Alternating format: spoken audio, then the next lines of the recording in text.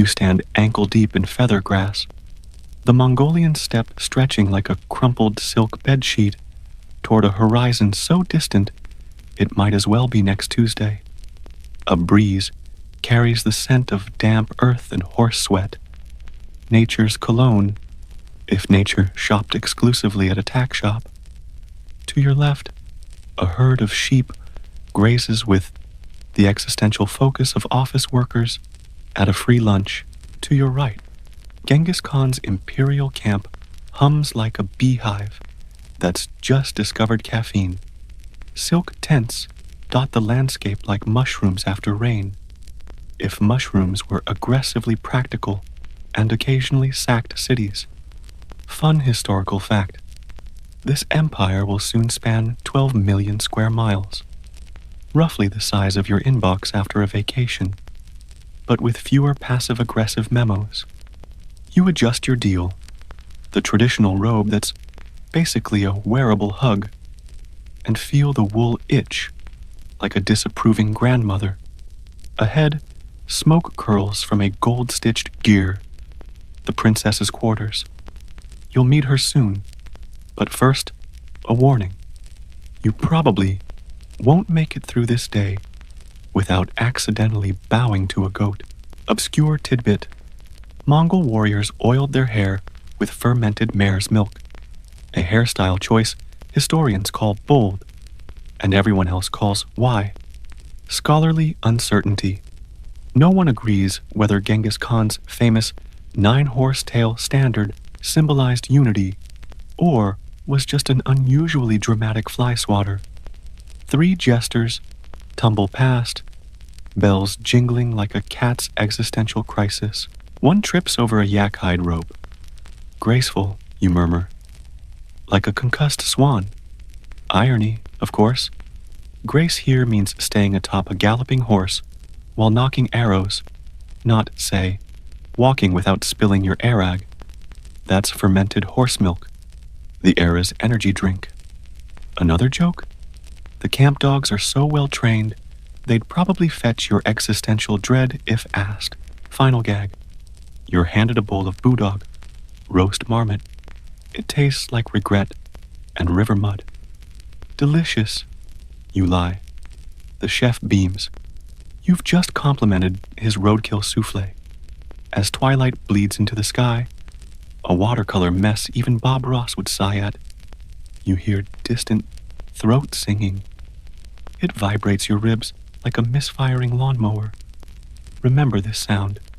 It'll haunt Section 12 like a catchy, slightly demonic jingle. Whisper, if this soothes you, dear viewer. Gently tap like, as if patting a sleepy badger. Subscribe like you're tucking knowledge into bed. And in the comments, murmur your location and local time. It helps us dream in the same time zone. Now let's ease into tonight's journey. You push aside the felt door flap of Princess Kutulun's gear, and whoosh, the outside world vanishes like your motivation on a Sunday. Inside, it's a womb of wool and tranquility. Felt blankets line the circular walls, muffling the camp's chaos better than noise. Canceling headphones, worn by a meditating squirrel. The air smells of ink, dried juniper, and existential patience. Kutulun sits cross-legged by a low table, her calligraphy brush moving like a swan's neck.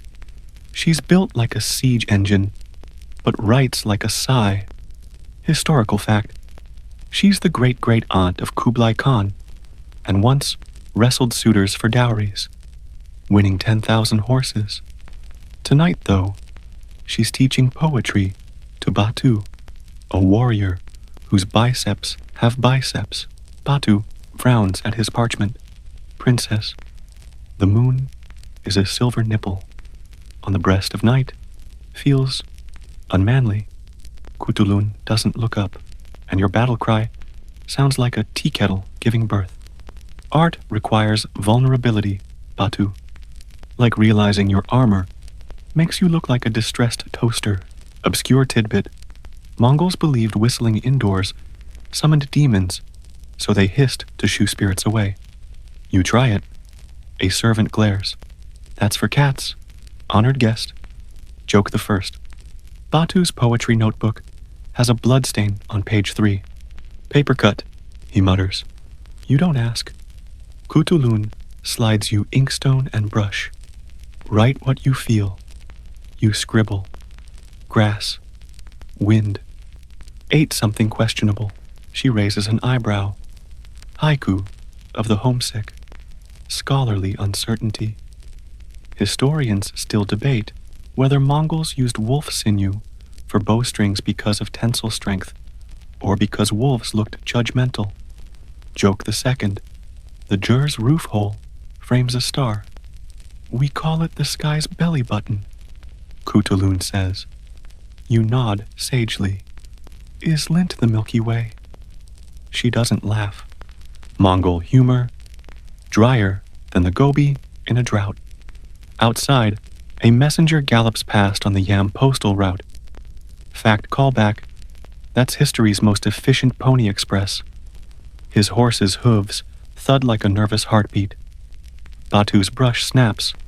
Poetry is harder than raiding Kiev, he grumbles. Fewer corpses, more metaphors. Third joke, Kutulun's inkwell is carved from a cow femur. It's recycled, she says. You wonder if the cow consented. Rain begins pattering on the felt roof. Nature's white noise. App. Kutulun recites a line. Steppy wind combs the grass. My father's shadow grows long. Where is his white horse? Batu shifts, uncomfortable. Even conquerors miss their dads. You watch a drip wriggle down the central tent pole. Remember that pole? It'll return in section 7, wearing metaphorical significance like an oversized hat. For now, sleep pulls at your eyelids like a determined child. The princess's voice softens. Rest. The moon isn't going anywhere. Except astronomy footnote. It totally is. But who's counting? Dawn arrives, not with a fanfare, but with the reluctant grumble of men yanking frozen bootlaces and the sharp crack of ice surrendering from tent ropes. You emerge from Kutulun's warm gear into a world dipped in silver frost. The air stings your cheeks like tiny, disapproving pinches. Batu, already armored and looking profoundly unhappy, shoves a steaming bowl into your hands. Yak butter tea, he grunts. Tastes like a campfire. Fell in love with a salt lick. Historical fact. This greasy, salty concoction was the Mongol breakfast of champions, providing enough calories to ride 50 miles before lunch, and enough aftertaste to make you question your life choices. You sip cautiously. It coats your tongue like liquid felt. Kutulun appears beside you, breath misting the air. Poetry waits for no hangover, Batu, she says, nodding at the warrior's bleary eyes. He groans. My soul feels like it wrestled a bear and lost. Obscure tidbit. Mongols believed a hangover was caused by mischievous spirits called almas dancing on your liver. The cure? More fermented mare's milk. Naturally. Joke the first. You suggest writing a haiku about the tea. Golden grease sunrise. My stomach whimpers softly. Where is plain water? Batu nods solemnly. Deep. The camp stirs like a giant, grumpy animal waking. A blacksmith's hammer clangs rhythmically. A metallic heartbeat. Remember that sound? It'll become Batu's iambic pentameter in section 9. Kutulun leads you toward the horse pens, her boots crunching frost with satisfying finality. Today we ride east. Karakoram awaits. Scholarly uncertainty. Historians still debate whether Genghis Khan chose Karakoram's location for its strategic value, or because his favorite horse once took an impressively large dump there. Joke the second. A young warrior tries to impress Kutulun by vaulting onto his horse. He misses. lands in a pile of dung. Grace, the princess murmurs, is accepting the earth's embrace. The warrior blushes crimson. Batu wrestles his own massive warhorse, a beast whose eyes hold the patient contempt of a philosopher. Poetry is easier than saddling you, you hairy mountain, he complains. The horse flicks an ear. Final gag, Kutulun's own mount, a sleek gray mare, nudges your shoulder, searching for treats. She thinks you're a walking apple, the princess explains. You feel oddly flattered as the sun finally burns off the frost, turning the feather grass into a sea of spun gold. You mount up. The saddle leather groans beneath you like an old man standing. Kutulun glances back at the waking camp. Remember this stillness, she says softly. Empires are built between breaths. Subtle callback. The distant throat singing from section 1 drifts again, fainter now, woven into the wind. You nudge your horse forward. The steppe unfolds ahead, vast and whispering. Batu mutters behind you, composing, hooves crush the white grass. My butt aches, my tea was gross. Is it noon yet? No. Progress. You ride, and ride, and ride some more. The Mongolian steppe isn't a landscape. It's an ocean of grass where horizons are mirages and time stretches like warm taffy. Your horse's rhythmic sway becomes your entire universe. Clip-clop, sway, clip-clop, sway. It's hypnotic. You could probably fall asleep upright like a Mongol cavalryman mid-charge. Historical fact. Mongols perfected the art of sleeping in the saddle, enabling them to cover insane distances, sometimes 100 miles a day. Historians suspect they also invented the concept of highway hypnosis, just without the highway, or the brakes. The land rolls in gentle swells. Occasionally, a lone ovu, a sacred cairn of stones and prayer flags, punctuates the emptiness like a lonely exclamation mark. Batu dismounts to add a stone. For safe travels, he grunts, and fewer metaphors. Obscure tidbit. Travelers traditionally circled an ovu 3 times clockwise and left offerings, often sweets, coins, or small bits of cheese. The sky gods apparently appreciated dairy. Joke the first. You consider offering your leftover yak butter tea. Kutulun raises an eyebrow. Do you want to anger the spirits? You pocket the tea. The wind is a constant companion, whispering secrets through the grass. It carries the tang of wild sage and the distant, plaintive cry of a hawk. Scholarly uncertainty. Historians still debate whether the famed Mongol military communication system, using whistling arrows and coordinated smoke signals, was inspired by bird calls or just really bored shepherds. Joke the second. Batu points at a cluster of distant yaks. Poetry in motion, he declares. You squint. They look like grumpy, hairy boulders. Their majestic stillness? You venture. No, he sighs. The one on the left. He just tripped. Hours melt. Your legs feel like overcooked noodles. Just as you're contemplating the existential dread of another hill, Kutulun reins in her mare.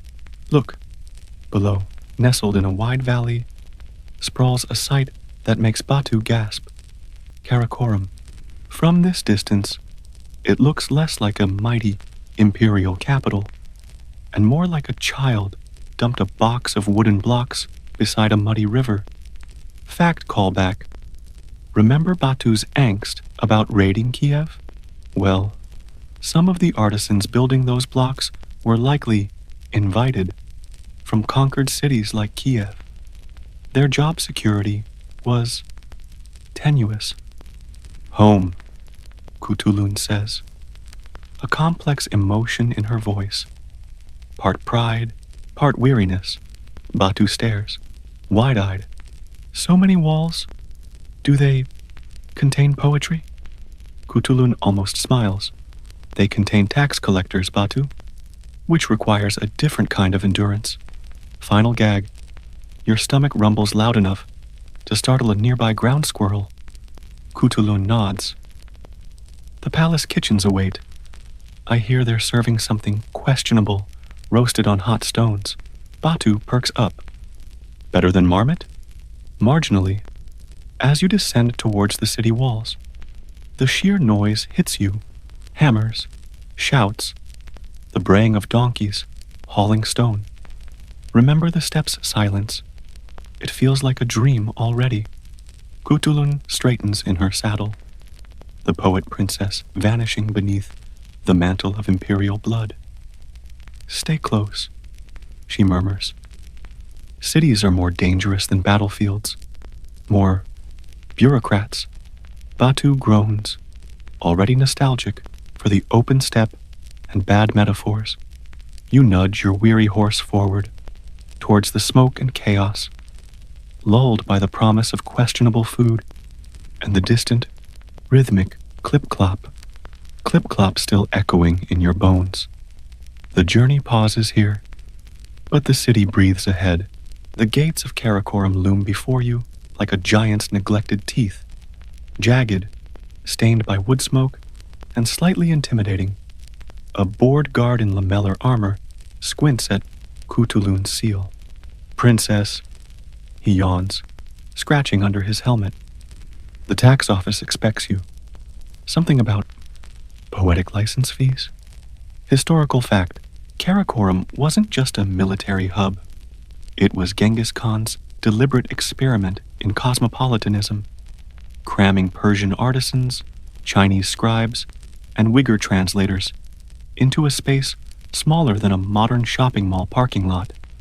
Efficiency, Mongol style.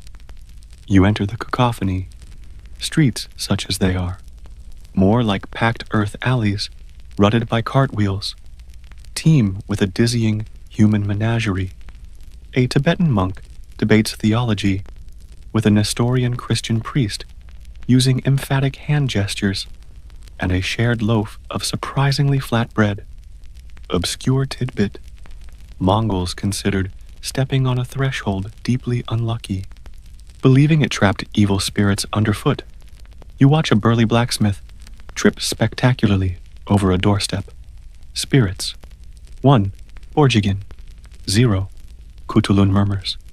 Joke the first. A vendor shouts, fresh dumplings, guaranteed only some gristle. Batu eyes them wistfully. Poetry for lunch? Kutulun navigates the chaos with the weary grace of someone threading a needle during an earthquake. You pass a construction site where captured Russian carpenters argue with Korean roof tilers. The air smells of sawdust, dung, and simmering booze. Those dumplings. Scholarly uncertainty.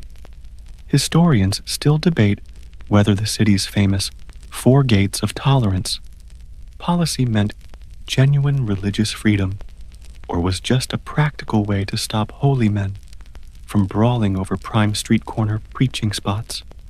Joke the second. A scribe drops an armful of scrolls. They unfurl down the street like rebellious, literate snakes. Batu helps gather them. Heavy reading? The scribe sighs. Tax codes. Heavier than your armor.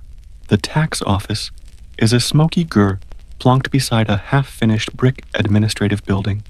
Inside, a Uyghur bureaucrat named Tolui peers at Kutulun over abacus beads. Princess, your quarterly levy on imported metaphors. He slides a scroll. Calculated per syllable. Kutulun's expression could freeze the Orkhon River. Tolui, charging for a sunset simile is like taxing a sneeze. Final gag. Tolui taps the abacus. Sunset similes fall under natural phenomenon, lyricism, tier 3. Payable in horses or acceptable verse. Batu groans. I knew poetry was a trap. As you leave, burdened by bureaucratic dread and a receipt for 3 horses owed. Kutulun steers you towards the palace complex. Remember the gold-stitched gear from Section 1? Its cousin here is 10 times larger, topped with a snarling wolf weather vane. Home, Kutulun says, sounding less than thrilled. Inside the courtyard, a Persian musician plucks a dutar, its melancholic twang a stark contrast to the city's roar. Batu stares at the polished floor tiles. Do I wipe my boots? Kutulun smiles faintly. Only if you tracked an existential dread, Batu. They sweep that up hourly. The heavy door closes behind you, muffling the world. The only sound now is the dutar and the soft thud of Tolui's stamp, a distant, rhythmic counterpoint to the promise of rest. The palace interior is a cave of cool shadows and murmured echoes. Sunlight slants through high, narrow windows, illuminating dust motes dancing like drunken fairies. You tread on thick Tibetan carpets that swallow sound and ambition equally. Batu walks like he's balancing on eggshells, laid by a very nervous goose. So quiet, he whispers, like the step after. Paperwork. Historical fact. While famed for conquest, the Mongol elite were voracious consumers of luxury goods. These carpets, Chinese silks lining the walls, and even Kutulun's silver inkwell weren't just pretty. They were strategic displays of reach, whispering, "We own the roads that brought this." Kutulun leads you past silent guards, who might be statues, save for the slight gleam of watchful eyes beneath helmet brims. You enter a sun-drenched chamber. Her scriptorium. Scrolls overflow baskets. Brushes stand upright in celadon jars like soldiers at ease, and the air hums with the scent of pine soot, ink, and old paper. Obscure tidbit. Mongol scribes sometimes used jade paperweights, believing the cool stone calmed restless ink and restless thoughts. Kutulun's is shaped like a sleeping wolf. Joke the first. Batu eyes a precarious stack of parchment. Is that an enemy fortress made of bad poetry? Kutulun nods. The siege is ongoing. She gestures to low cushions. Sit. Today we wrestle with form. The quatrain. Batu sinks down, looking like a bear attempting origami. Kutulun unrolls a silk scroll, revealing elegant, vertical script. Persian. Rumi. Out beyond ideas of wrongdoing and right-doing, there is a field. I'll meet you there. She traces the flowing lines. See how the curves hold space? Like saddles hold riders. Scholarly uncertainty. Historians still debate how much Persian Sufi poetry directly influenced Mongol courtly verse, or if Kutulun just liked the pretty metaphors and borrowed them like spare horses. Joke the second. Batu squints at the script. Looks like ants having a parade. Kutulun sighs. Your soul looks like ants having a parade, Batu. Try. He dips his brush, tongue poking out in concentration. A blot blooms on the precious paper like a dark, inky tear. Disaster, he gasps. Kutulun calmly takes the brush. No. Opportunity. With a few deft strokes, she transforms the blot into a tiny, perfect galloping horse at the margin. Final gag. You try your hand. Your attempt at calligraphy resembles a sparrow with a limp. Kutulun studies it. Abstract. Evokes profound movement or indigestion. The afternoon sun warms the parchment. The only sounds are the scritch-scratch of brushes and Batu's soft, frustrated grunts. Remember the rhythmic hammer from Section 3? It's replaced here by the gentle tap-tap of Kutulun smoothing paper. She recites a Mongol verse, her voice a low, steady current. Hoarfrost on the main. Breath turns to smoke and vanishes. Still the heart runs east. Outside the window, Karakoram's din is a distant murmur. Batu's brow furrows, not in anger, but focus. He writes one character, then another. Clumsy, but clear. Grass. Wind. Home. Cthulhu nods. The siege lifts. One stone at a time. The room holds its breath. Even the dust motes seem to slow. The weight of the city, the empire, the boredom of tax codes, dissolves into the simple, profound act of ink meeting paper. One weary warrior finding a word for peace. Your eyelids grow heavy, lulled by the quiet triumph and the sun's insistent, golden warmth. The scratch of Batu's brush becomes your new heartbeat, a fragile rhythm against the scriptorium's profound silence. Ink stains his fingers like battle wounds, tiny dark victories against the tyranny of blank paper.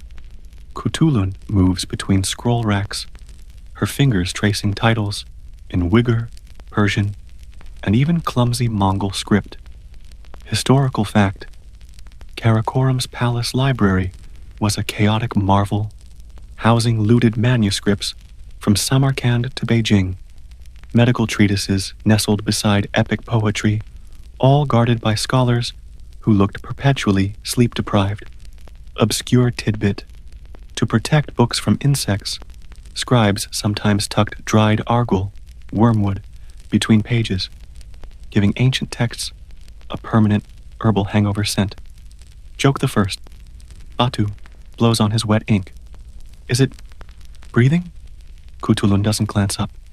Only if you poured your soul into it, Batu. Did you? A soft knock. A servant enters, bearing a lacquered tray. Steaming bowls of millet porridge and, blessedly, plain water. Batu attacks his like a man discovering civilization. No grease, he marvels. Poetry fuel. Scholarly uncertainty. Historians still debate whether the palace's famed whispering gallery effect in certain corridors was intentional acoustics or just really bad mortar work by homesick Kevans. Joke the second. You notice a scroll titled Tax Code Lyricism, Volume 7. Light reading? Cthulhu grimaces. Required, like swallowing gravel, to appreciate honey. The afternoon deepens. Cthulhu summons a new figure. Lin, a captured Chinese scholar with eyes like mournful moons and a sigh that could wilt flowers. Princess, he bows, radiating her resigned despair. Must we translate this? He gestures disdainfully at Batu's latest effort. Clouds look like sheep, but sheep are not clouds. Lunch? Final gag. Cthulhu pats Lin's shoulder. Consider it cultural exchange. Your dynastic laments for his pastoral profundity. Lin sighs again. Deeper this time. Batu beams, misinterpreting despair as awe. He feels the truth in my sheep clouds. Lin begins reading a Tang Dynasty poem about plum blossoms. His voice a delicate, trembling thread. Fragrance steals through frozen air. Blossoms brave the winter's sting. Alone, yet unafraid, Batu listens, brow furrowed. Outside, the clip-clop of a messenger's horse echoes faintly. Remember that sound from Section 4? It feels worlds away. Batu suddenly points at his own crude script. Alone. Like the flower? Lin blinks. Cthulhu smiles. The siege lifts another stone, Lin. Even siege engines appreciate beauty. Batu scribbles furiously. Brave flower. Cold wind. Not lunch. Progress, indeed. The dust motes dance slower now, gilded by the low sun. Lin's necked sigh sounds almost contemplative. The scriptorium hums with a quiet, ink-stained peace. Your eyelids feel heavy as vellum, lulled by the rhythm of sighs, scratches, and the distant, fading clip-clop carrying words across the empire. Karakoram under moonlight is a different beast. The frantic daytime energy bleeds away, leaving a city draped in indigo velvet and punctuated by the lonely glow of oil lamps. Kutulun leads you onto a rooftop terrace, a rare luxury of stone and stillness. Below, the Orkhon River glints like a discarded sword belt. Historical fact: Mongol nobles often slept on rooftops in summer, escaping the city's stifling heat and aroma of too many people and animals crammed together. Stargazing was both pastime and navigation practice. Obscure tidbit: they believed shooting stars were the souls of particularly swift messengers, riding to the eternal blue sky. Joke the first. Batu tries to lie elegantly on a rug, clanking. Armor off, Batu. Kutulun murmurs. The stars won't judge your pajamas. He grumbles, shedding plates like an annoyed turtle. The air is cool, smelling of dust, distant dung fires, and the faint, sweet tang of argol from the gardens below. Remember the princess's scriptorium scent? Up here, it's diluted by vastness. Batu stares upward, mouth slightly open. So many, like spilled salt on black felt. Scholarly uncertainty. Historians still debate whether the intricate constellations mapped by Mongol shamans, like the Iron Cart or the Snorting Stallion, were purely practical for travel or held deeper. Lost mythologies. Joke the second. A bat flits past. Batu ducks. Messenger from the sky? Kutulun chuckles softly. Just a bat. Batu. Probably late for dinner. She points. See the weaver girl and the cowherd? She traces a familiar Chinese tale in the stars. Lovers separated by the Milky Way. Allowed to meet just once a year. Batu squints. That one looks like a marmot on a spit. Kutulun sighs. Poetry, Batu. Not menu planning. Final gag. You spot a clusterlin called the Drunken Sage. Is he waving? Batu asks hopefully. Reciting bad verse to the moon. Kutulun replies dryly. Silence settles, thick and comfortable. The city's murmur is a distant lullaby now. A dog barks. A baby cries briefly. A night watchman's bored cough. Remember the throat singing from the steppe? It's gone, replaced by the chirrup of crickets in the palace gardens below. A gentler, more insistent rhythm. Batu's breathing deepens, becoming rhythmic. He points weakly at a bright star. Silver, nipple, he mumbles, half asleep. Kutulun smiles, a genuine, warm thing in the moonlight. He's learning, in his own way. You lie back, the rough stone cool against your spine. The immensity of the sky presses down, not oppressively, but like a heavy, comforting blanket.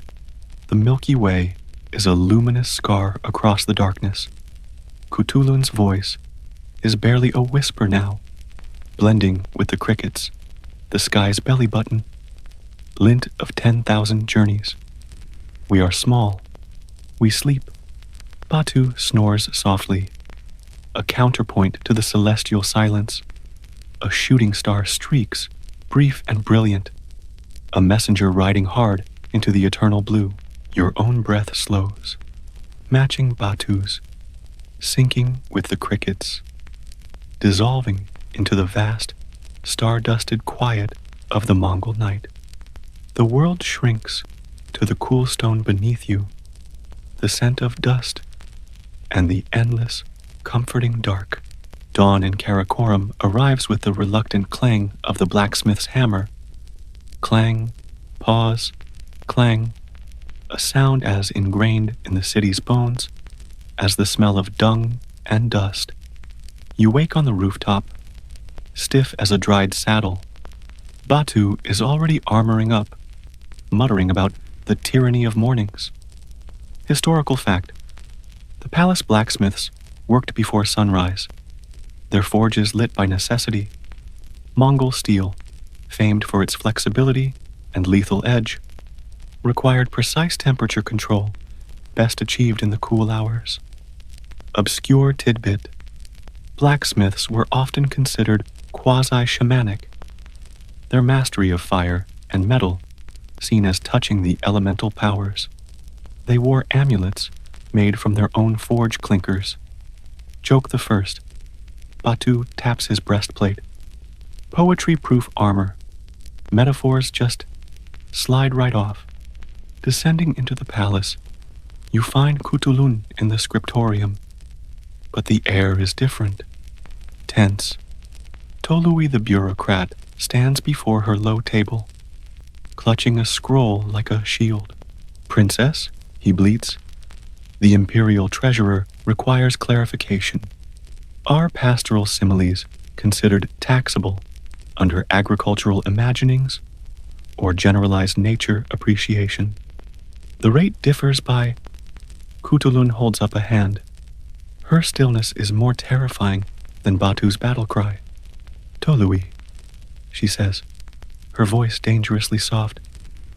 Does the sunrise pay a levy for brightening your ledgers? Scholarly uncertainty. Historians still debate whether the Mongol tax code's notorious complexity was intentional revenue maximization or just bureaucratic performance art. Joke the second. Batu whispers, I'd rather wrestle a bear than do his job. You whisper back, the bear would be more grateful. Kutulun dismisses Tolui with a flick of her wrist that could sever hope. She turns to Batu. Today, Batu, we step outside. Poetry isn't caged. She leads you both out, past the stink of the kitchens. Remember the questionable roasted things? They're back, smelling distinctly like regret. And into the bustling palace courtyard. She stops near the central well, that same tent pole's sturdier cousin from Section 2, now carved with wolves and dragons. Listen, she commands. The courtyard is a symphony of mundane chaos. The scritch-scrape of a groom currying a horse, the rhythmic thump-thump of felt being beaten clean, the high-pitched haggling of a spice merchant, the distant, insistent clang of the blacksmith. Remember that rhythm from Section 3? Batu closes his eyes. Kutulun murmurs, hear the blacksmith's song. Clang. The iron's resistance. Pause. The breath before the fire. Clang. The shape surrendering. Batu's brow furrows, not in confusion, but concentration. His lips move silently. Final gag. A harried servant rushes past, tripping spectacularly over his own robe. Batu opens his eyes. Grace, he announces, echoing Kutulun's earlier sarcasm. The servant glares. Batu ignores him, grabbing a charred stick from near a brazier. On a clean patch of paving stone, he begins to write. Not elegant script. Rough, urgent strokes. Hammer says no. Fire says yes. Metal sighs. Horseshoe. Kutulun stares. Not at the words. At Batu's face. It's a light. Not with battle lust, but with the fierce, simple joy of capturing something. The blacksmith's clang. Pause. Clang becomes Batu's heartbeat, hammered onto stone. The courtyard noise fades, leaving only the raw, rhythmic truth of the moment. Progress tastes like forge smoke and triumph. Your own breath syncs with the clang. Pause. Clang. A lullaby written in iron and soot. Rain.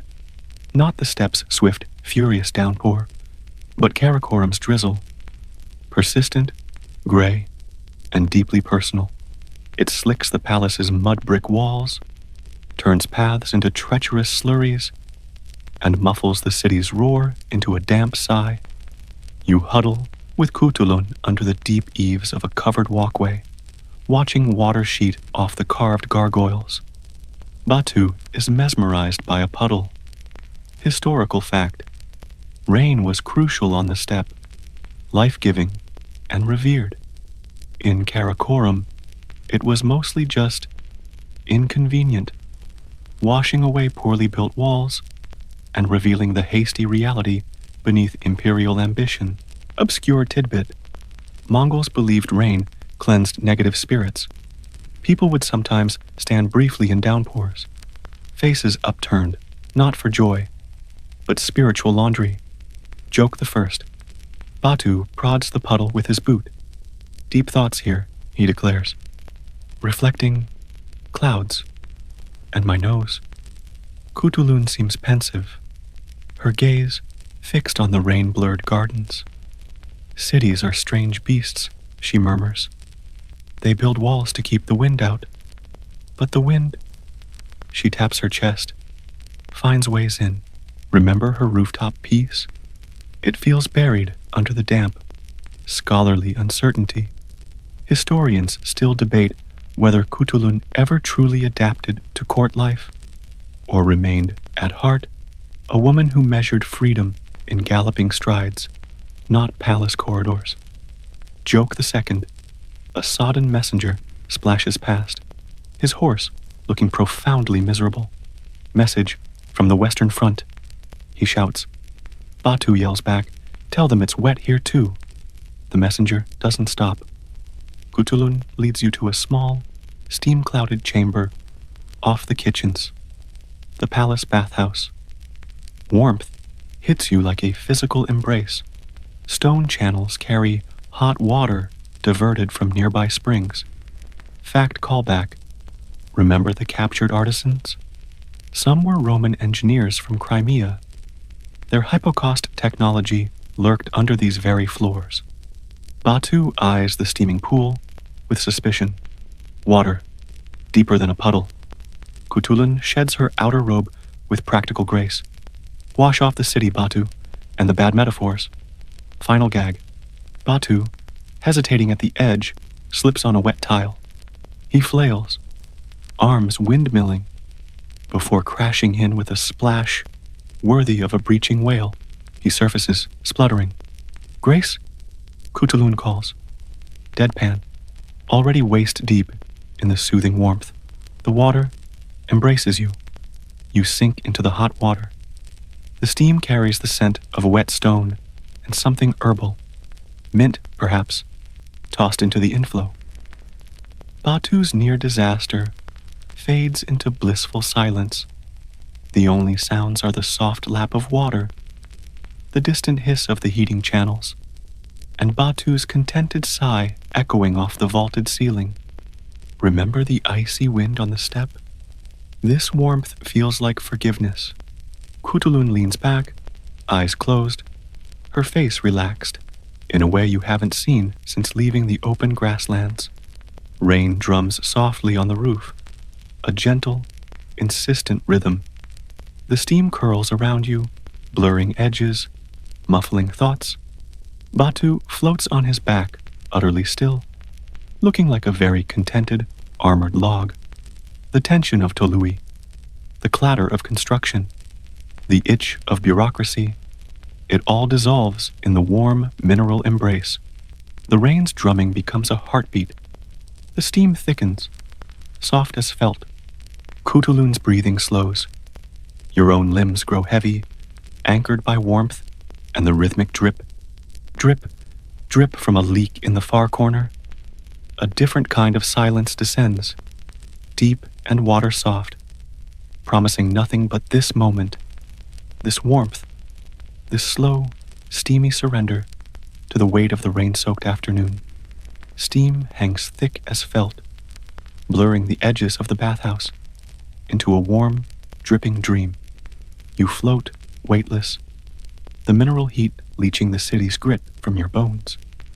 Batu bobs nearby like a contented, heavily scarred cork. His eyes closed. Better than wrestling, he sighs, sending ripples across the water. Historical fact, these bathhouses weren't just about cleanliness.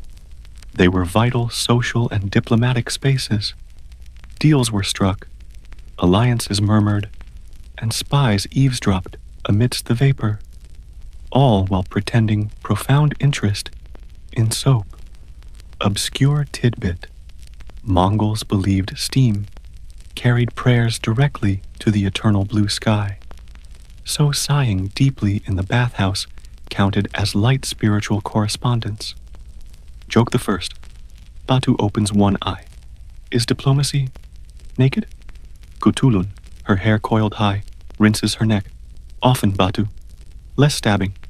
More strategic, floating. The piece shatters like thin ice. The heavy wooden door groans open, admitting a blast of cooler air and Lin, the Chinese scholar. He's clutching a waxed leather scroll case to his chest like a lifebuoy. His scholar's robes hastily thrown over what looks suspiciously like long underwear. He stops dead, blinking owlishly through the steam. Princess, forgive the intrusion. The treasurer demands immediate. He spots Batu's floating bulk and yelps. Scholarly uncertainty. Historians still debate whether Chinese scholars found Mongol communal bathing barbaric, deeply philosophical, or just terribly drafty. Joke the second. Lin tries to bow without dropping the scrolls or revealing his underthings, resulting in a jerky motion resembling a startled heron. Tolui sends tax amendments concerning lyrical water imagery. Kutulun doesn't move. Lin, breathe, and either join us or hand the scrolls to the attendant. Your modesty is fogging the windows. Lin opts for handing the scrolls to a stone-faced attendant, then hovers awkwardly near the steps. Batu paddles closer. Water poem?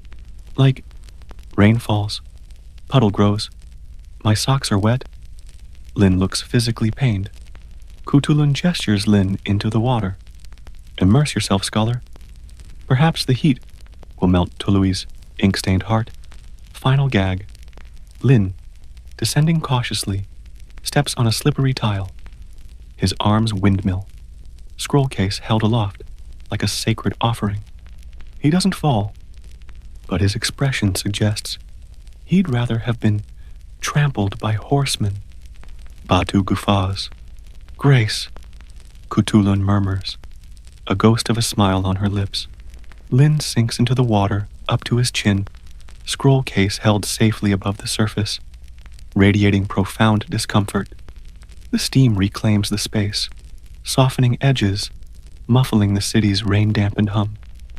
Batu drifts back, humming tunelessly, possibly a battle hymn, possibly a lullaby. Lin's tense shoulders inch down slightly. The rhythmic drip, drip, drip from the leaky ceiling merges with the soft lap of water against stone.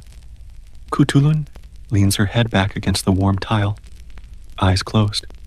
The heat, the steam, the sheer absurdity of tax amendments delivered amidst naked diplomacy. It all blends into a soporific haze. The water holds you, the steam embraces you, and the only demand is to breathe, deep and slow, matching the gentle pulse of the bathhouse spring.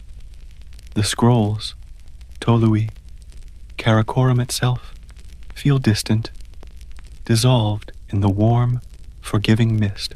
Later, wrapped in coarse but blessedly dry towels that smell faintly of smoke and sage, you follow Kutulun through a quieter palace corridor. Rain still whispers against thick shutters. Batu, scrubbed pink and resembling a freshly peeled root vegetable, trails behind, unusually quiet. Historical fact: Mongol palaces often housed quiet rooms, spaces deliberately stripped of decoration and distraction, used for meditation, strategic planning, or simply recovering from the overwhelming muchness of empire. Obscure tidbit: the felt underfoot in these rooms was sometimes woven with strands of a specific gray mare's tail hair, believed to absorb chaotic thoughts. Joke the first. Batu stubs his toe on a door jamb. Quiet room needs louder doors, he grumbles, hopping. Kutulun slides open a door made of aged cedar. Inside, stillness. Thick, undyed felt covers floor and walls. A single low table holds an unadorned ceramic bowl with a single perfect white stone. A small, high window lets in a thin blade of rain-gray light. Remember the scriptorium's focused energy? This is its calmer, deeper cousin, scholarly uncertainty. Historians still debate whether these rooms were inspired by Buddhist meditation cells, shamanic vision quest spaces, or just a pragmatic Khan's need for 5 minutes of blessed silence. Joke the second. Batu looks around. Where do I put my armor? Kutulun points to a corner. Let it contemplate its existence, Batu. You sit. You settle onto the felt. It's dense, springy, absorbing sound and urgency. Batu lowers himself with surprising care, folding his legs awkwardly. The only sounds are the muffled drum of rain on the roof, your own breath, and Batu's stomach giving a soft, post-bath gurgle. Kutulun places the white stone in Batu's large, calloused palm. Hold it. Feel its weight, its coolness, its stoneness. Batu frowns, concentrating intensely. Heavy, smooth, cold. Final gag. He squints at it. It looks like a tiny sheep dropping? Kutulun closes her eyes. Breathe, Batu. Not everything is lunch or livestock. Silence expands, thick and soft, as the felt walls. The gray light seems to deepen. Batu's breathing slows, becoming audible, a deep, rhythmic in and out. The stone rests heavy in his palm. Remember the blacksmith's hammer rhythm? Batu's breath becomes its own steady beat now. In, clang, out, pause. In, clang. Kutulun's voice is a whisper, woven into the rain sound. Thoughts are riders. Let them pass like clouds. The sky remains. Batu doesn't open his eyes, but his grip on the stone relaxes. His shoulders, usually hunched like a mountain range, soften. The quiet isn't empty. It's full of the rain's whisper, the soft crush of felt under shifting weight, the slow, deep tide of breath. Batu's stomach gurgles again, softer this time, a faint counterpoint to the rhythm. The stone in his hand, the felt beneath you, the gray light, they hold the space, gently pressing down the noise of the world. Your own thoughts drift like smoke, aimless, weightless. The rain's drumming slows, becoming a heartbeat. Batu's breath evens out, matching yours, syncing with the distant, muffled world. The quiet room does its work, wrapping you in a cocoon of pure, undemanding now. The stone is cool. The felt is soft. The breath is slow. Nothing else is required. The quiet room's embrace lingers like the scent of wet, felt long after you step back into the palace's muted corridors. Batu moves differently, less clank, more glide. The white stone clutched tight in his fist, like a secret talisman. Historical fact. Tonight is the Kurultai banquet, a grand council feast where khans, generals, and captive scholars pretend they don't want to stab each other over roasted lamb and strategic alliances. Obscure tidbit.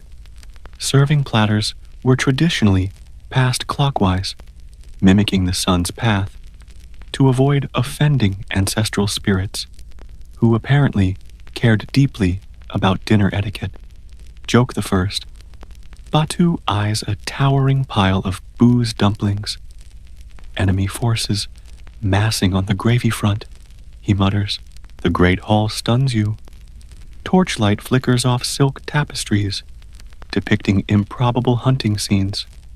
Lions wrestling wolves mostly. Low tables grown under platters of mutton. Riverfish glazed in honey, and suspiciously gelatinous lumps Batu identifies as boiled sheep face, the cheeky bits. Remember the quiet room's single stone? Its simplicity feels galaxies away. Kutulun sits beside her uncle, Ogadei Khan, looking regal and slightly bored. Scholarly uncertainty. Historians still debate whether Ogadai's famed tolerance was genuine statesmanship or just chronic laziness about executions before dessert. Joke the second. A nervous Persian envoy presents a jeweled cup. For the Khan, may it hold only the finest liquids. Ogedei peers inside. Does regret count? Batu fidgets in his formal tunic, scratching like a dog with fleas. Armor breathes better, he hisses.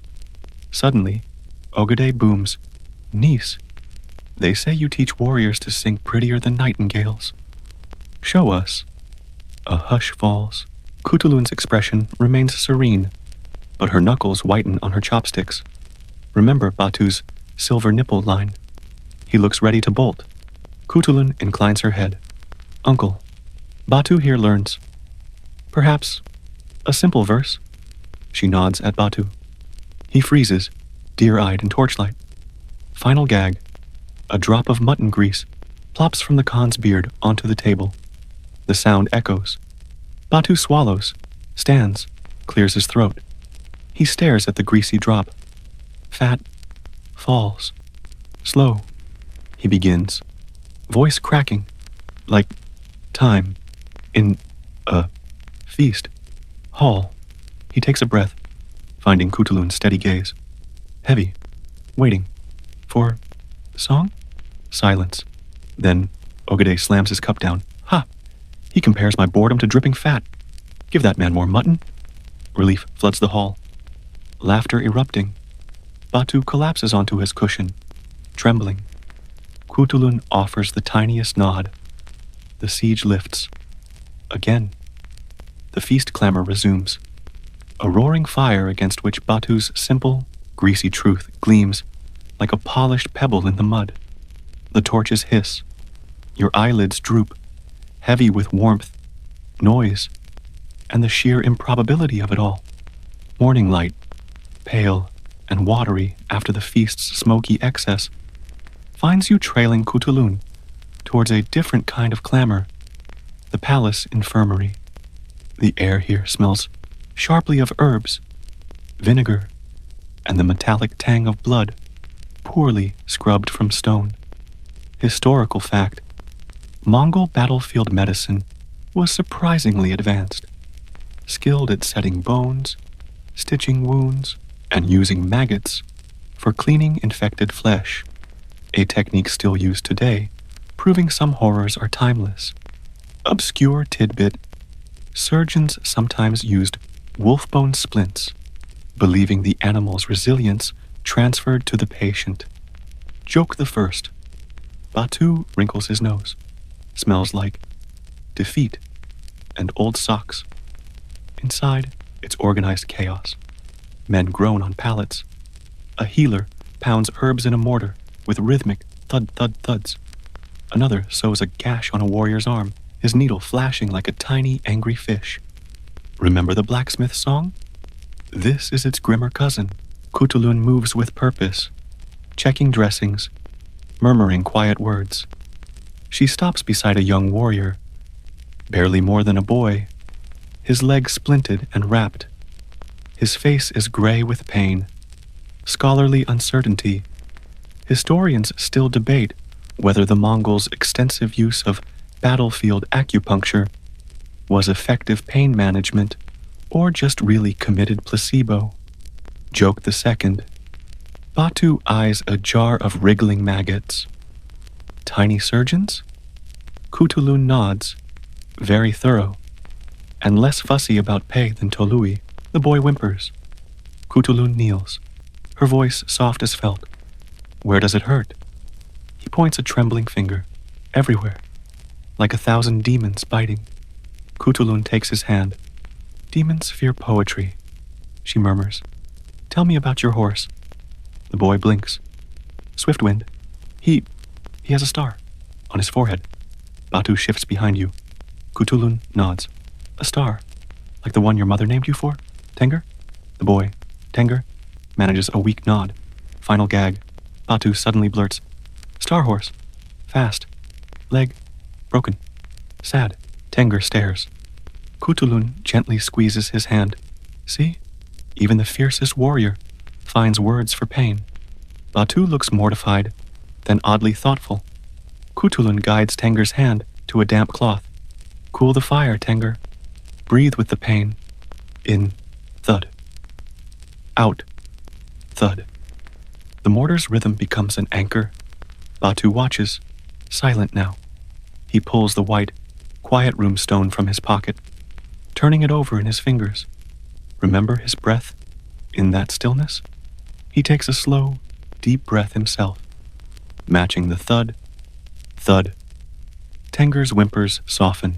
Kutulun murmurs a verse about the North Star, constant and guiding.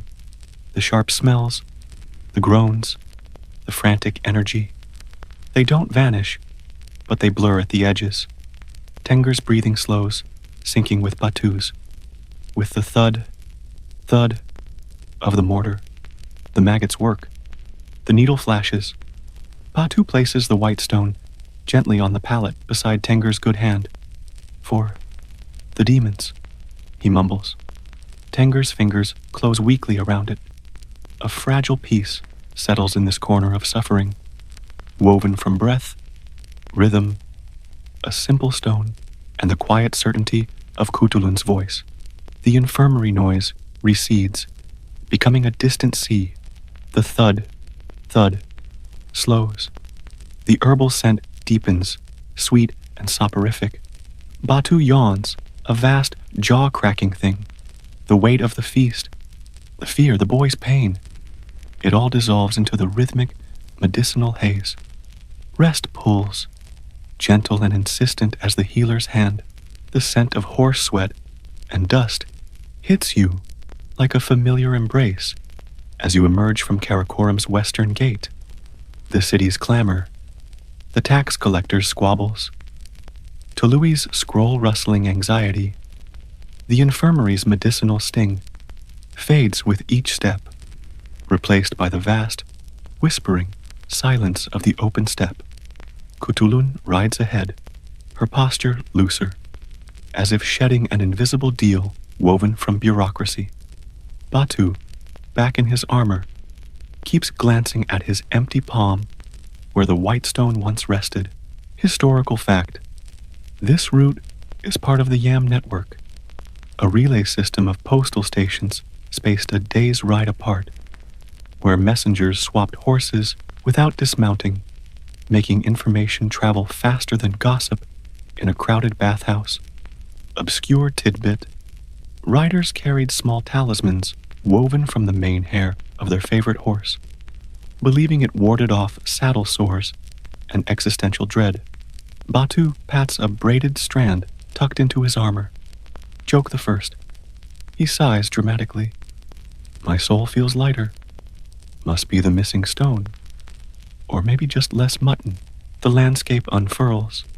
Endless waves of feather grass under a sky so wide it makes Karakoram feel like a discarded toy. Remember the rooftop stillness? It's out here, multiplied by infinity. A lone eagle circles high above, a speck of patience against the blue. Scholarly uncertainty.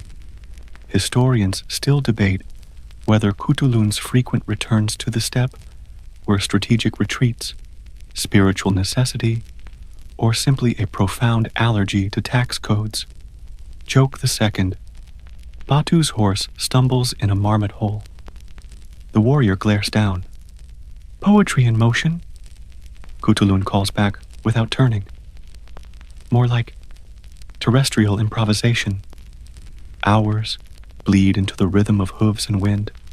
Batu grows quiet, his usual grumbles replaced by a watchful stillness. Near dusk, he reins in beside a weathered ovu, its prayer flags tattered but defiant. He dismounts, not to add a stone this time, but to simply stand, hand resting on the cairn. Remember Tenger's grip on the white stone? Batu closes his eyes, breathing deep the scent of sage and cold earth. He pulls a small, rough-edged flint from his belt pouch. Not an offering, but a tool. He strikes it once, twice. A tiny spark flares and dies against the gray stone. Final gag. For the demons, he mutters, echoing his words in the infirmary. Or maybe just campfire starters. Cthulhu watches, a ghost of approval in her eyes. He remounts, the flint clutched tight. The wind combs the grass. The eagle vanishes. The step absorbs the tiny defiance of the spark. The weight of the missing stone. The unspoken relief of leaving walls behind. The only sound is the wind's endless sigh and the steady clip-clop, a lullaby written in distance and dust. The horizon swallows the sun, painting the sky in bruised purples and golds. Batu shifts in his saddle, finding a new word. Wind. Carries. Sparks. Home. Cthulhu doesn't smile, but the lines around her eyes soften. The siege lifts. The step breathes. You ride on. Darkness on the step isn't an absence. It's a presence. It flows in like cool water, filling the valleys, rising to drown the last streaks of sunset. Stars emerge, not spilled salt, but a million cold, watchful eyes. You make camp in a shallow dip, sheltered from the wind's insistent fingers. Batu gathers dried dung chips with the efficiency of long practice, building a small, smokeless fire, a tiny, defiant sun against the vast night. Historical fact: Mongol night fires were kept deliberately small and smokeless, minimizing visibility to enemies and maximizing visibility of the stars for navigation. Obscure tidbit: they believed the Milky Way was Tengri's, heaven's herd of white horses, eternally galloping across the celestial pasture. Joke the first. Batu pokes the fire. Small fire. Big sky. Like a mouse roaring at a mountain. Cthulhu passes him strips of dried venison. Roar quieter, Batu. The mountain is trying to sleep. The air turns sharp, tasting of frost and infinite space. You huddle close to the meager fire, wrapped in thick felt blankets. Remember the palace rooftop? This cold is purer, deeper, scoured clean by the wind. Batu stares into the flames, the firelight dancing in his eyes. He pulls out a scrap of rough paper, salvaged from the scriptorium, and a stub of charcoal. Scholarly uncertainty. Historians still debate whether Batu ever truly mastered writing, or if Cthulhu preserved his crude charcoal scrawls out of sentiment, pedagogical principle, or a dry appreciation for their unintentional absurdity. Joke the second. He licks the charcoal tip thoughtfully. Tastes like burnt poetry. Cthulhu sips hot water from a skin. Focus on the page, not the palette. He writes. Slow, deliberate strokes. His tongue poking out again. The fire crackles. The vastness presses down, but gently, like a heavy quilt. Remember the quiet room's felt silence? It's here, but alive, filled with the sigh of the wind, the pop of a dung chip, the distant cry of a night bird. Batu finishes, holding the paper up to the firelight. Not elegant script. Jagged, urgent marks. Black sky. White horse herd. Fire small. My breath is smoke. Stone gone. Wind stays. He looks at Cthulhu, not seeking approval, but witnessing. She reads it, her face unreadable in the flickering light. Final gag. Is smoke taxable? Batu asks. Deadpan. Cthulhu hands the paper back. Only if Tolui chases us this far.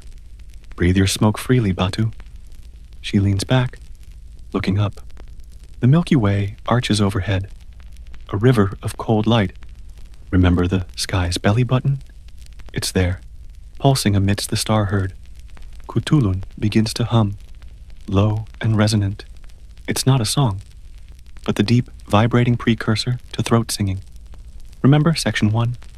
It thrums in your chest, a counterpoint to the crackling fire, a bridge between Earth and the cold, distant stars. Batu tucks his poem away, closes his eyes, and listens. The wind combs the grass. The fire whispers. The stars wheel. Kutulun's hum deepens, weaving into the fabric of the night, a sound as ancient and comforting as the earth itself. Batu's breathing slows, syncing with the rhythm.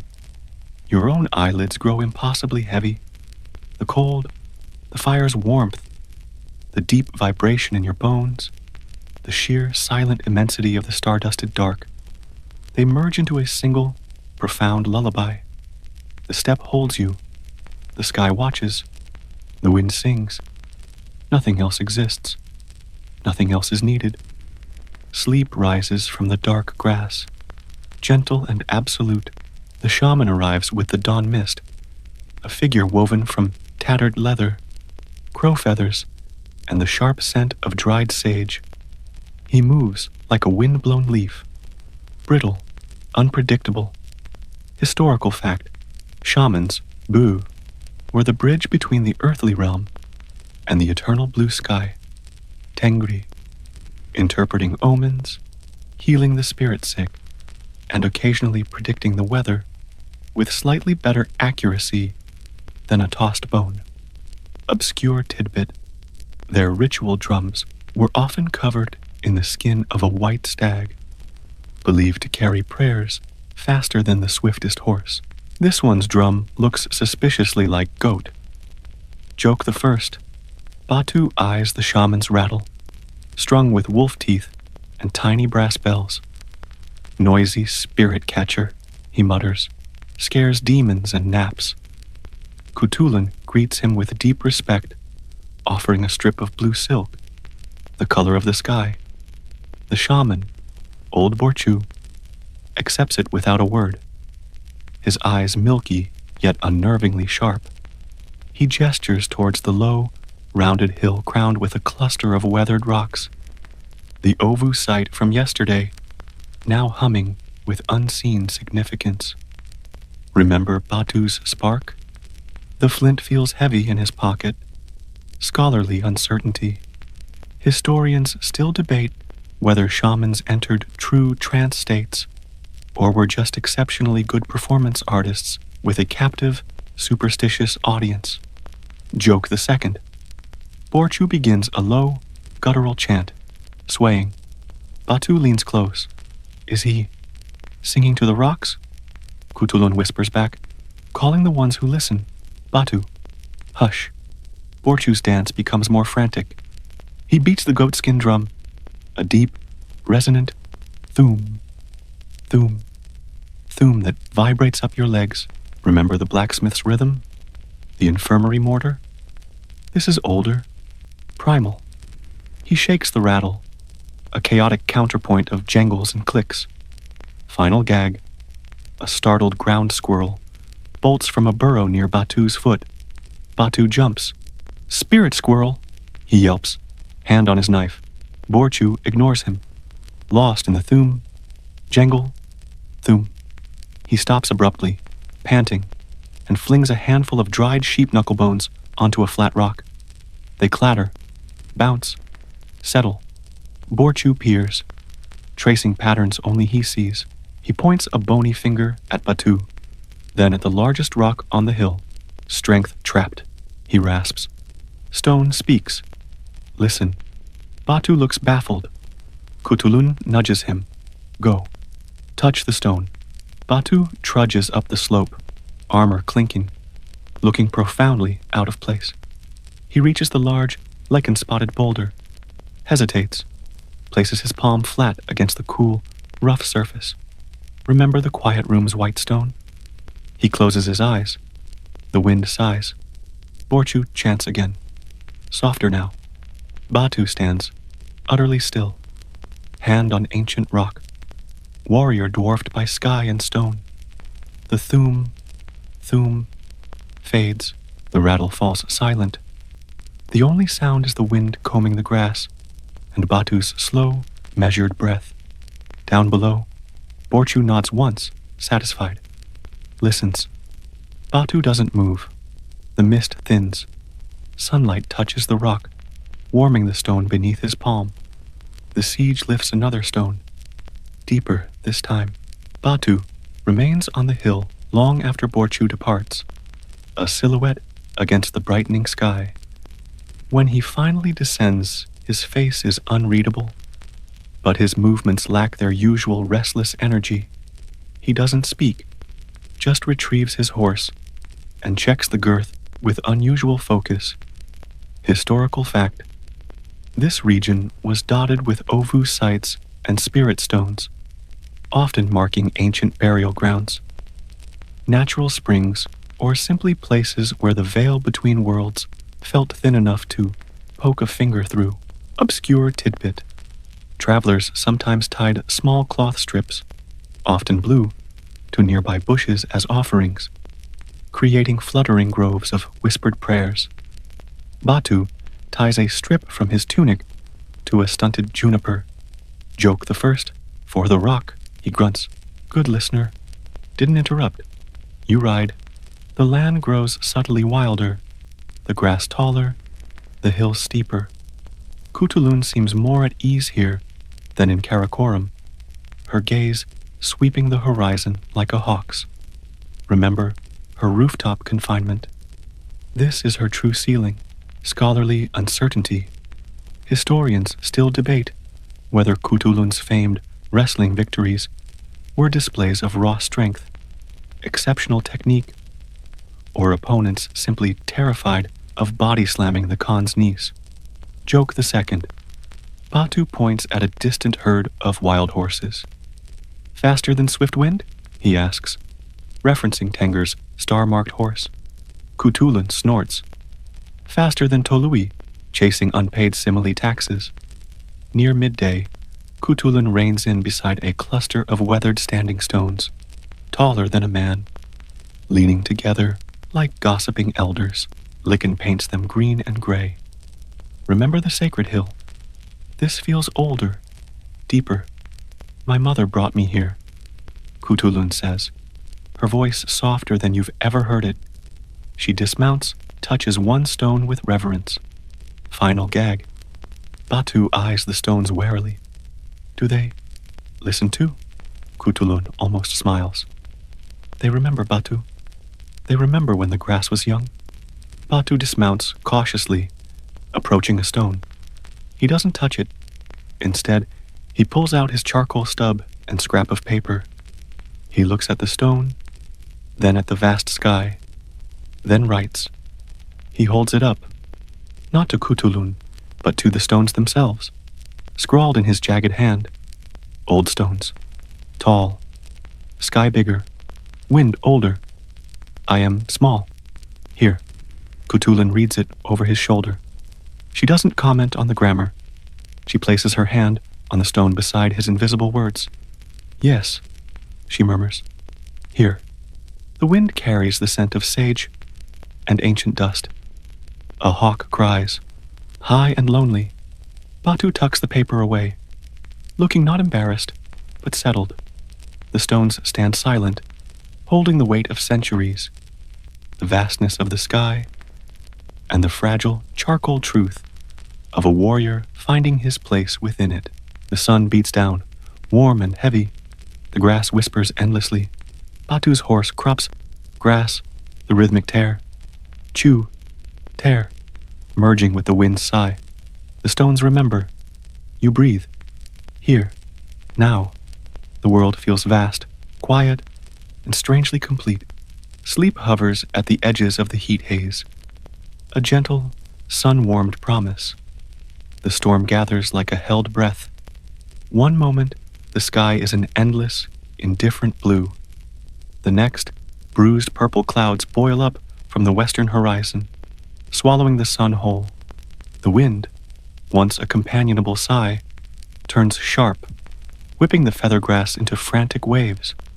Historical fact: steppe storms were legendary, sudden, violent, and deeply respected.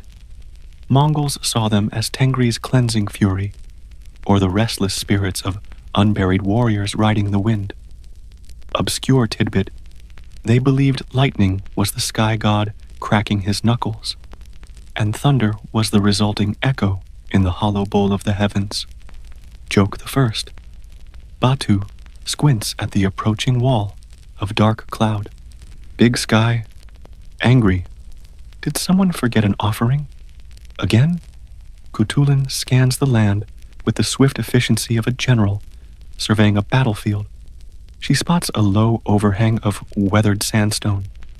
Not a cave, but shelter enough. There. You urge your horses into a gallop just as the first fat, cold raindrops splatter like thrown pebbles. Remember the bathhouse steam?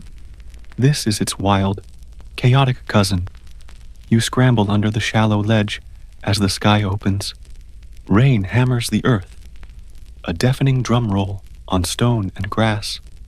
Lightning forks, bleaching the world bone, white for an instant.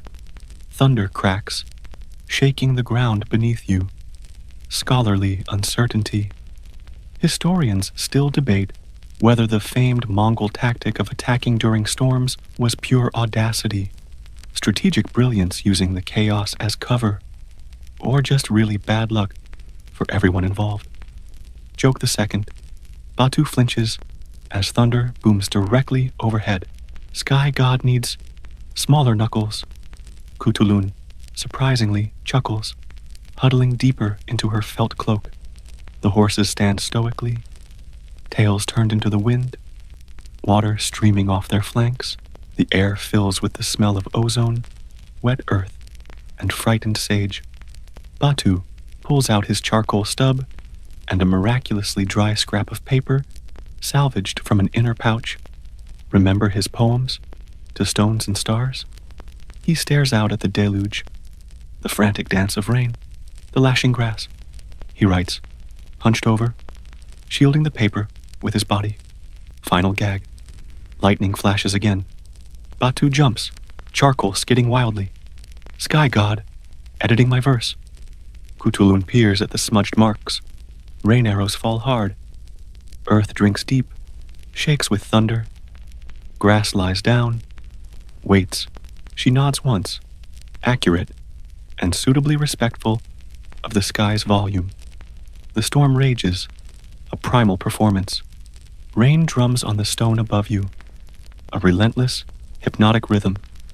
The wind howls its ancient song. Batu's simple verse hangs in the damp air, a tiny human counterpoint to the celestial fury. The horses breathe steam. Cthulhu closes her eyes, listening. The thunder moves east, grumbling like a distant, disgruntled giant. The rain softens from a hammering to a steady, soothing hiss. Remember the bathhouse drips? This is nature's own lullaby, vast and enveloping. The air cools. Batu tucks his storm poem away. The siege lifts against the elements, leaving only the sound of falling water, the smell of cleansed earth, and the profound weariness that follows awe. You lean against the cool sandstone, lulled by the rhythm of the rain, the deep, damp breath of the storm-soaked world. Sleep creeps in on wet feet, quiet and deep. Dawn breaks clean and sharp, the air scrubbed fresh by the storm. The world glistens, every blade of grass jeweled. The sandstone ledge dark and streaming. Mist rises from the warming earth in spectral tendrils, dissolving like forgotten dreams into the immense blue. Historical fact. Post-storm mornings on the steppe were times of profound activity and relief. Checking herds, repairing felt gers strained by wind, and collecting rainwater precious as silver. Obscure tidbit. Mongols sometimes drank the first rainwater, collected after a storm, believing it carried Tengri's direct blessing and potent vitality. Batu catches drips from the ledge with his cupped hand, drinking deeply. Sky God's bathwater? He ventures. Cthulhu sips, too. Refreshing. Don't question the plumbing. You ride across the transformed landscape. The feathergrass, flattened by the downpour, slowly lifts its head, releasing the scent of green growth and wet wool. Sunlight sparkles on countless droplets. Remember the infirmary's sharp smells? This is its antidote. Pure, damp, life-affirming air. Ahead, a small cluster of jurs appears, smoke curling lazily from their roof holes. A seasonal herding camp. Dogs bark a welcome or warning. Scholarly uncertainty. Historians still debate whether the intricate felt patterns on Mongol jurs held specific clan meanings, were purely decorative, or were just the result of generations of bored women with sharp needles and lots of wool. Joke the second. Batu eyes a ger painted with bright red spirals. Looks like a startled sheep. Kutulun nudges her mare forward. Or a very ambitious sunset. An ancient woman, face a map of wrinkles and smile lines, emerges from the largest jur. Her eyes crinkle at the sight of Kutulun. Granddaughter of the sky, she calls, her voice surprisingly strong. She embraces the princess, then peers shrewdly at Batu. And you, big one? Wrestler or poet? Batu puffs his chest. Wrestler. Then, remembering, adds, learning poetry? The old woman cackles. Good. Brains need exercise too, not just brawn. Final gag. She pinches Batu's bicep. Still useful for carrying water, though. Batu looks torn between pride and confusion. Inside the jur, warmth and the rich, familiar scent of mutton stew envelop you. Remember the questionable palace roasts? This stew smells like home, earth, and patience. The old woman, Enibish, serves bowls, her movements economical and sure. Batu eats with reverence. Enibish watches Kutulun, her gaze soft. The city sits heavy on you, child, like a poorly fitted saddle. Kutulun sighs, a sound of pure weariness you've never heard before. The walls. Close in, grandmother. Remember the rooftop escape? This is kinship. Enibish pats her hand. Breathe the free air. Listen to the grass. The steppe remembers your heart. Outside, a commotion. A mare, whinnying urgently. Batu ducks out. Moments later, he returns, cradling something tiny and damp in his huge, calloused hands. A newborn foal, legs wobbling like spun glass, still slick from birth. Enibish beams. A dawn blessing. Batu stares at the fragile creature, its huge, dark eyes reflecting the firelight. Remember Tenger's pain? The white stone. Batu holds the foal, utterly still, radiating a tenderness utterly foreign to his battle-scarred frame. He doesn't write. He simply looks at the foal, then at the open jur door, framing the vast, sunlit steppe. His voice, when it comes, is rough but clear. Wobbly legs stand. Sun warms wet. New hide. Sky. Welcomes. You. Silence. Not the quiet room's stillness, but a warm, firelit pause, filled with the mare's soft nicker outside and the foal's tiny snuffles in Batu's hands. Enibish nods, her eyes bright.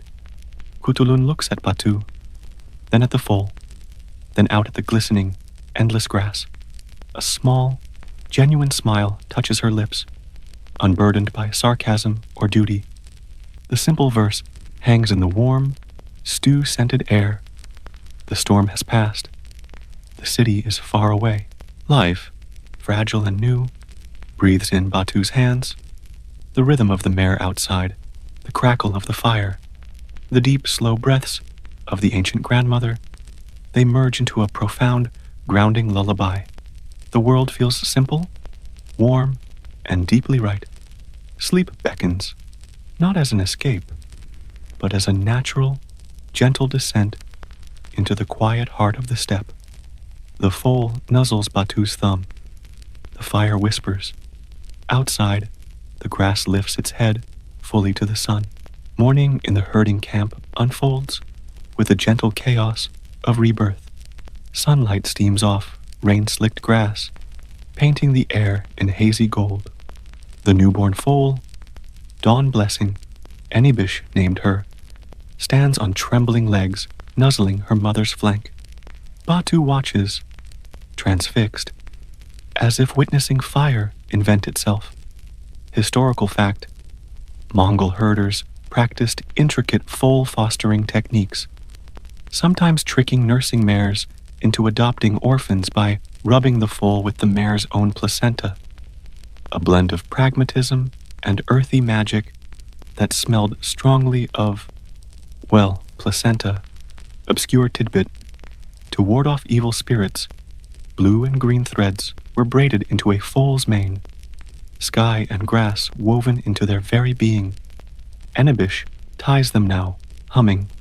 Joke the first: Batu offers the foal a tuft of grass. She ignores it, stumbling instead towards his armored boot. Poetry critic, he grumbles fondly. Kutulun helps Enebish repair a felt rain flap torn by the storm. They work in companionable silence, fingers tugging horsehair twine through damp wool. Remember Karakoram's tax scrolls? This twine binds simpler truths: shelter, warmth, survival, scholarly uncertainty. Historians still debate whether Mongol felt-making techniques originated with steppe tribes or were borrowed or stolen from Siberian forest peoples who probably preferred not to share. Joke the second: Batu tries braiding thread into the foal's mane. It ends up resembling a tangled bird's nest.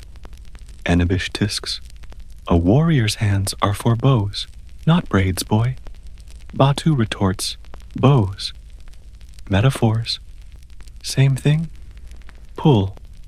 Release. Kutulun snorts. The camp awakens. Dogs herd sheep with bossy yips. Children chase shaggy calves. A young man sings a milking song to a disinterested yak. Remember the infirmary's pain? Here, life pulses, messy and vital. Batu pulls out his charcoal stub. Final gag: he sketches the foal on his last paper scrap. It looks like a hairy potato with sticks for legs. Abstract, Kutulun deadpans. Evokes existential wobbly. Batu tucks it away reverently. For Tenger, proof that legs heal. The simplicity hangs in the sun-warmed air. The foal bleats, a tiny, defiant sound against the vastness.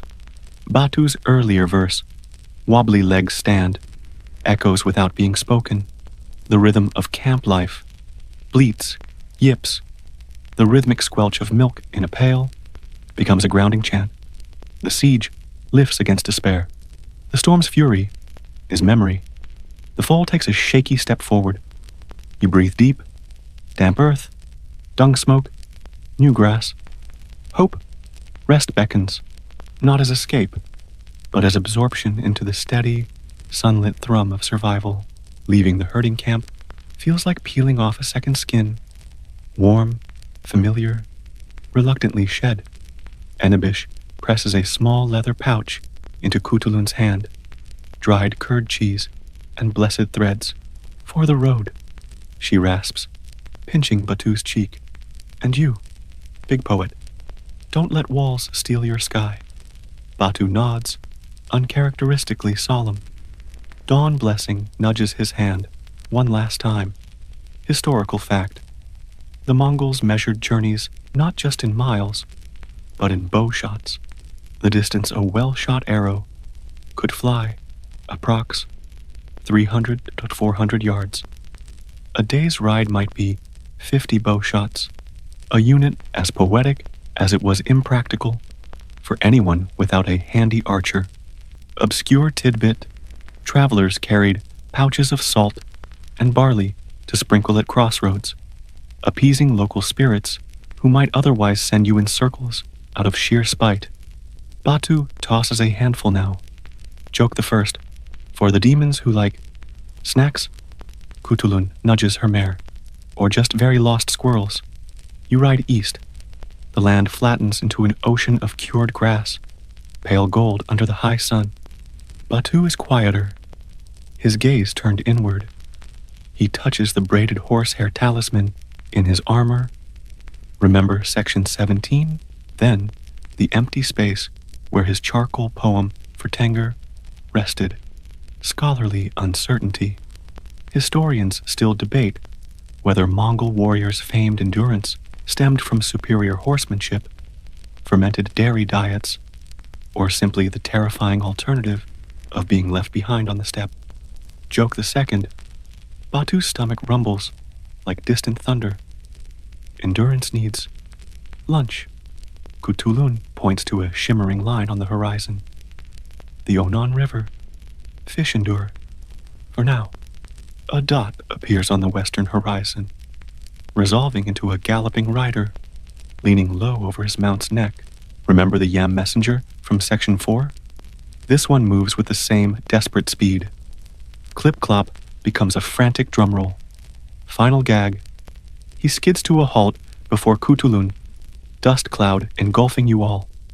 Batu coughs. Messenger, or sandstorm.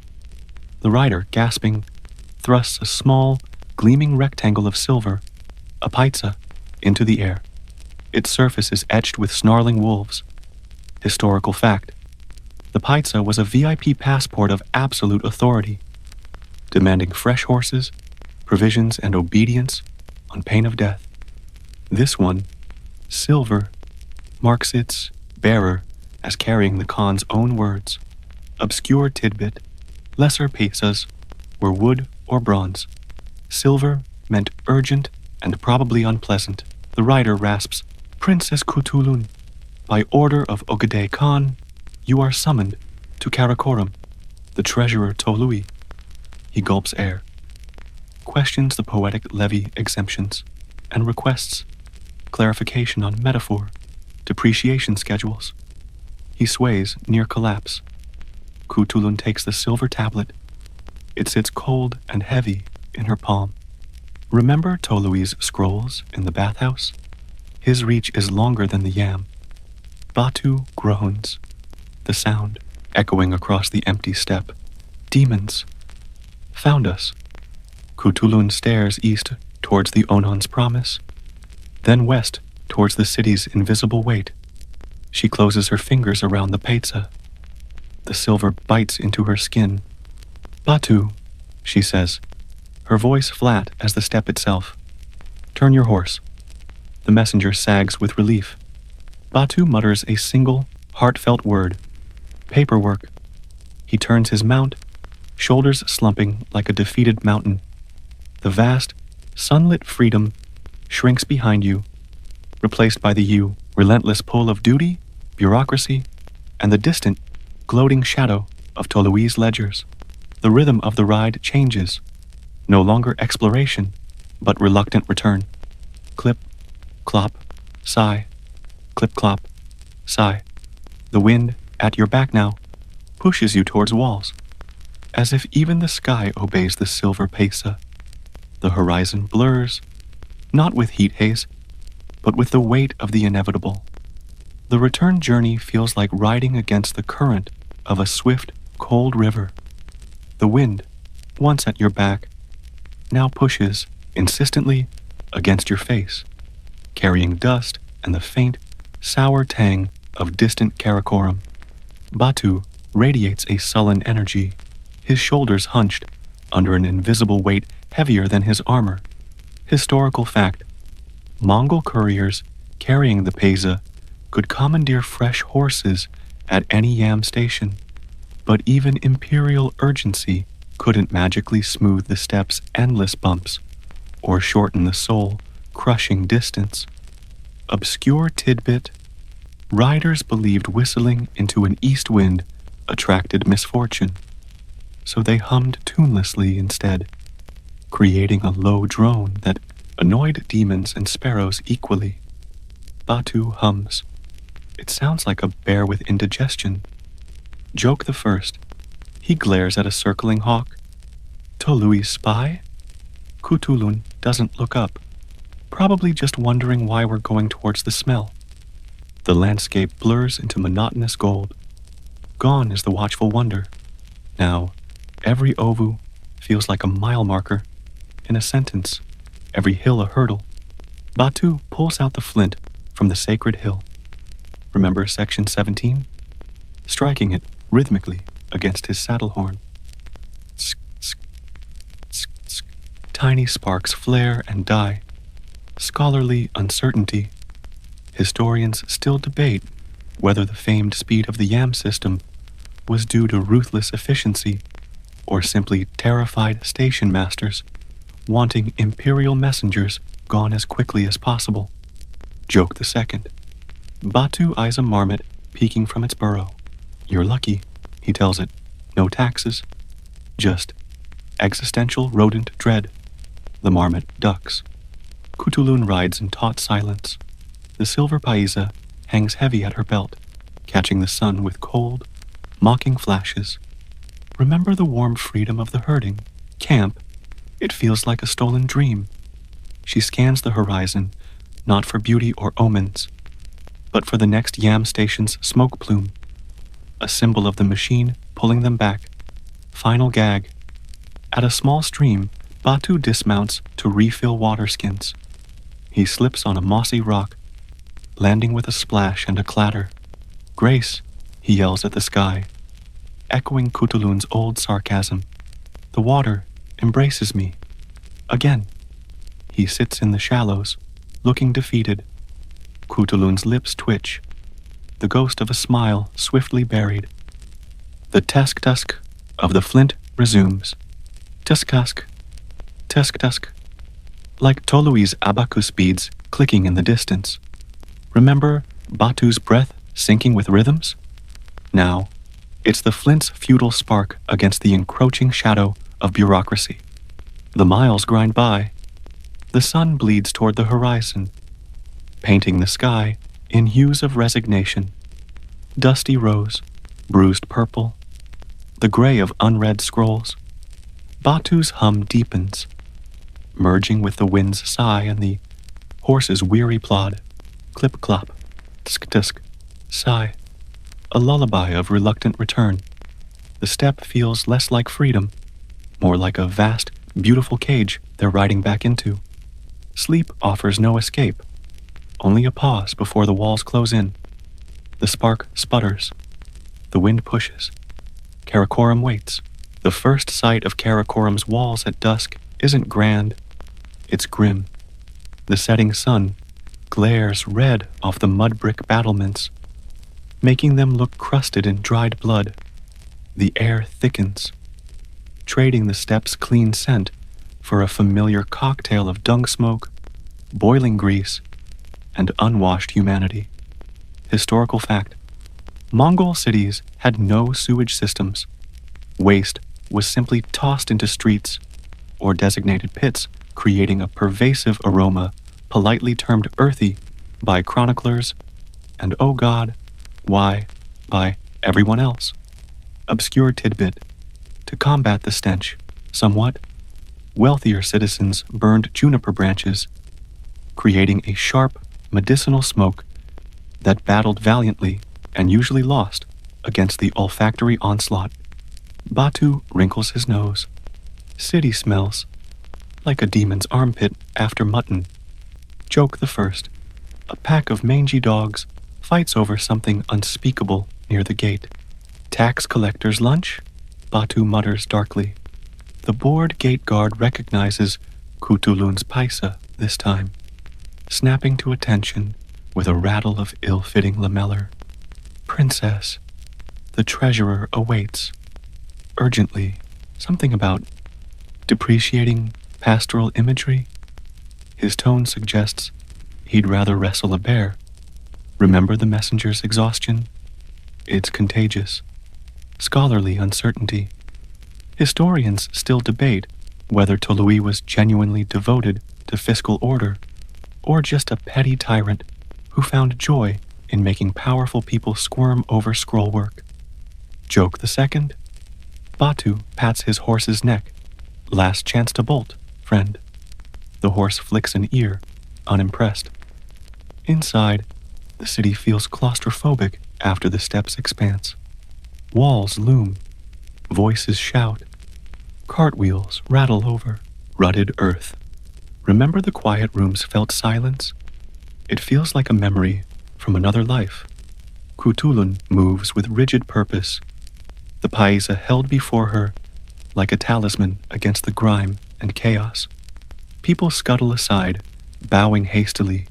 Batu glowers, radiating "don't touch me" energy. Final gag. A harried scribe, arms full of scrolls, trips over a loose cobblestone. Scrolls cascade.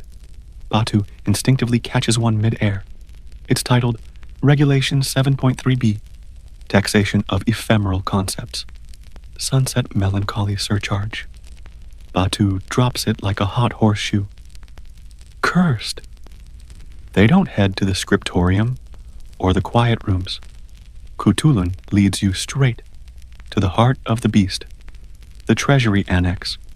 It's a large, low building, smelling of dust, stale ink, and profound boredom. Inside, rows of scribes hunch over desks, scratching scrolls by flickering lamplight, their faces pale and pinched. At the far end, behind a mountain of scrolls, sits Tolui. He looks up as you enter, his eyes gleaming with the fervor of a hawk spotting a plump marmot. Remember the bathhouse interruption? This feels like the inevitable, grim sequel. Princess, Tolui's voice is oiled silk. How restorative your step sojourn. Now, about these exemptions you granted for essential poetic metaphors. He unrolls a scroll longer than Batu is tall. We require precise definitions. Is the wind's sigh a fixed asset? Does endless grass depreciate annually? And this, he stabs a finger, wobbly legs stand. Is that depreciable per leg, or as a holistic unit of wobbly hope? Batu makes a noise, like a tea kettle about to explode. Cthulhu places the cold, silver paisa on Tolui's desk with a decisive thunk. The sound echoes in the suddenly silent room. The siege begins, not with swords, but with ledgers. The air thickens with dust and dread. Outside, the city's chaotic rhythm continues.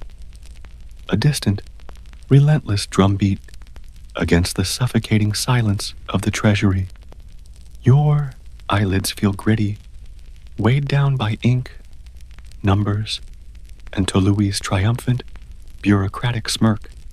Sleep seems impossible, yet the sheer, soul-numbing teddy beckons like a dark, paper-filled abyss. The paisa gleams coldly. Tolui smiles. The quills resume their scritch-scratch, a chorus of tiny, nibbling teeth on parchment. The silence in the Treasury Annex after Batu's departure is thick enough to choke on. Tolui stares at the doorway, his triumphant smirk frozen, then slowly melts into a look of profound irritation. He taps the paisa on his desk. Thunk, thunk, thunk, like a woodpecker mocking a hollow tree. Princess, he begins, his voice slick with false patience. Your protege lacks respect for fiscal order. Wobbly legs stand is clearly depreciating goodwill. How does one quantify wobble? Is it linear? Exponential? Does terrain factor in? Historical fact. Mongol tax assessments could be bizarrely specific, valuing herds by tooth count, felt gears by stitch density, and occasionally poets by syllable output. Obscure tidbit. Scribes used ink infused with powdered wolf bone for official decrees, believed to make the words bite harder into the reader's mind. Tolui's inkwell likely held extra fangs. Cthulhu doesn't move. Her gaze fixes on Tolui, not angry, but cold as the Onon River in winter. Remember her stillness facing Ogade? This is sharper. Tolui, she says, her voice low and precise. You mistake metaphors for livestock. They don't age. They don't graze. They simply are, like the wind sighing or the grass enduring. She leans forward slightly. Tax the wind, Tolui. See how much silver it yields. Scholarly uncertainty. Historians still debate whether Cthulhu's political influence stemmed from her wrestling fame, her lineage, or her ability to make bureaucrats feel profoundly foolish with a single sentence. Joke the first. A moth flutters too close to Tolui's lamp, singeing its wings. Depreciating flight, he mutters, distracted. Cthulhu raises an eyebrow.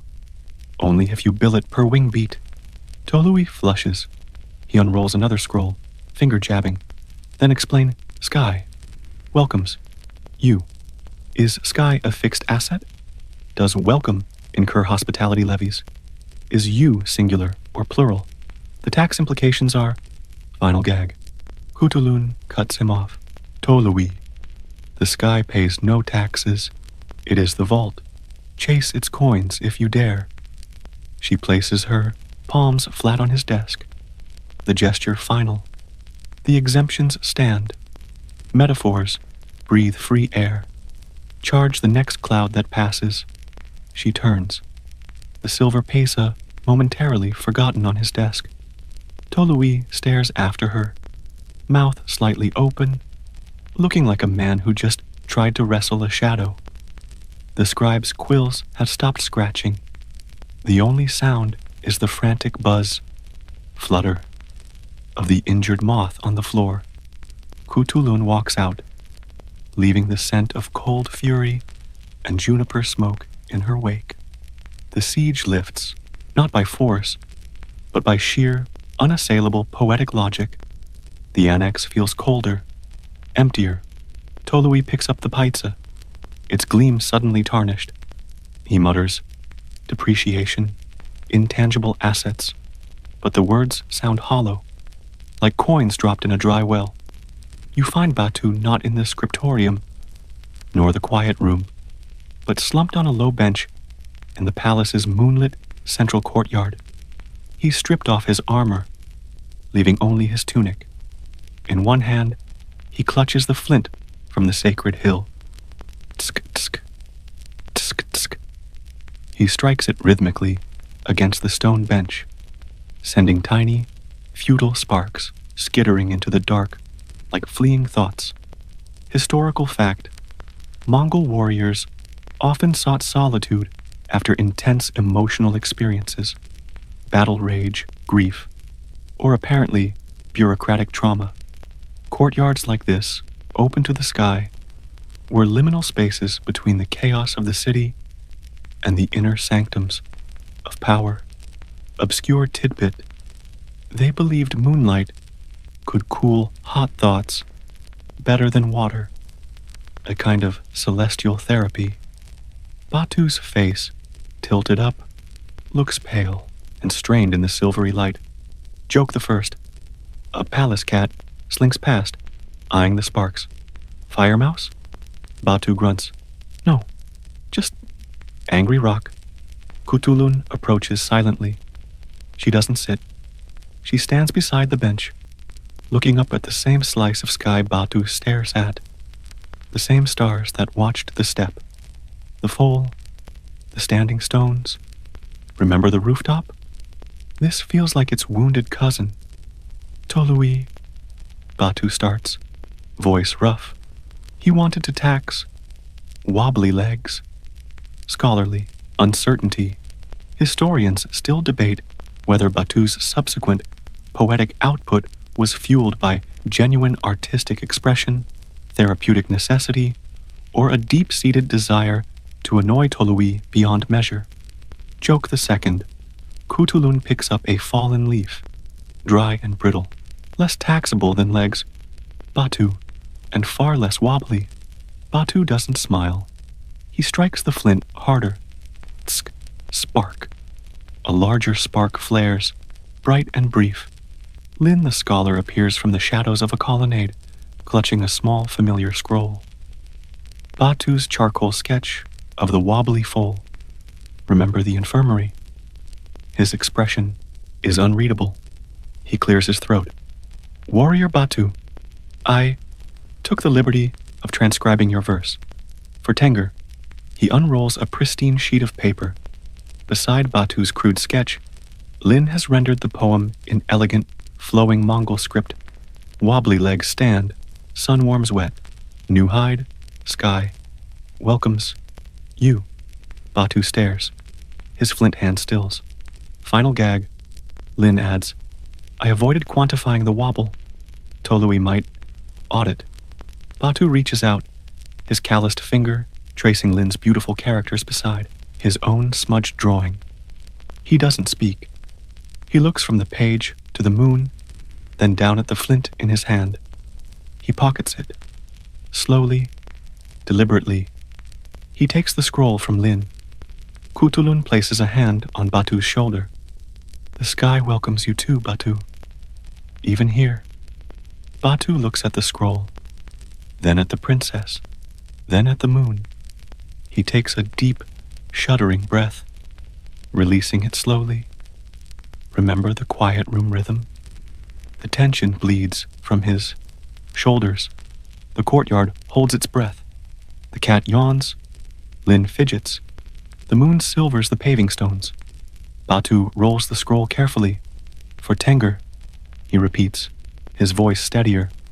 He stands, the scroll held like a shield, or maybe a banner. The sparks are gone. The flint is still. The siege lifts against despair, leaving only the cool moonlight, the fragile beauty of the transcribed verse, and the quiet solidarity of a princess, a scholar, and a warrior who wrote about wobbly legs and found, against all odds, a sliver of peace beneath the taxed, troubled sky of Karakoram. The city sleeps.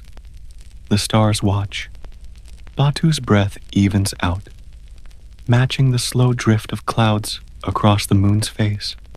Rest comes, not as surrender, but as a hard-won truce. The moon bleeds silver onto Karakoram's dusty courtyard stones. Batu sits hunched, not on the bench now, but on the cool earth beside the central well.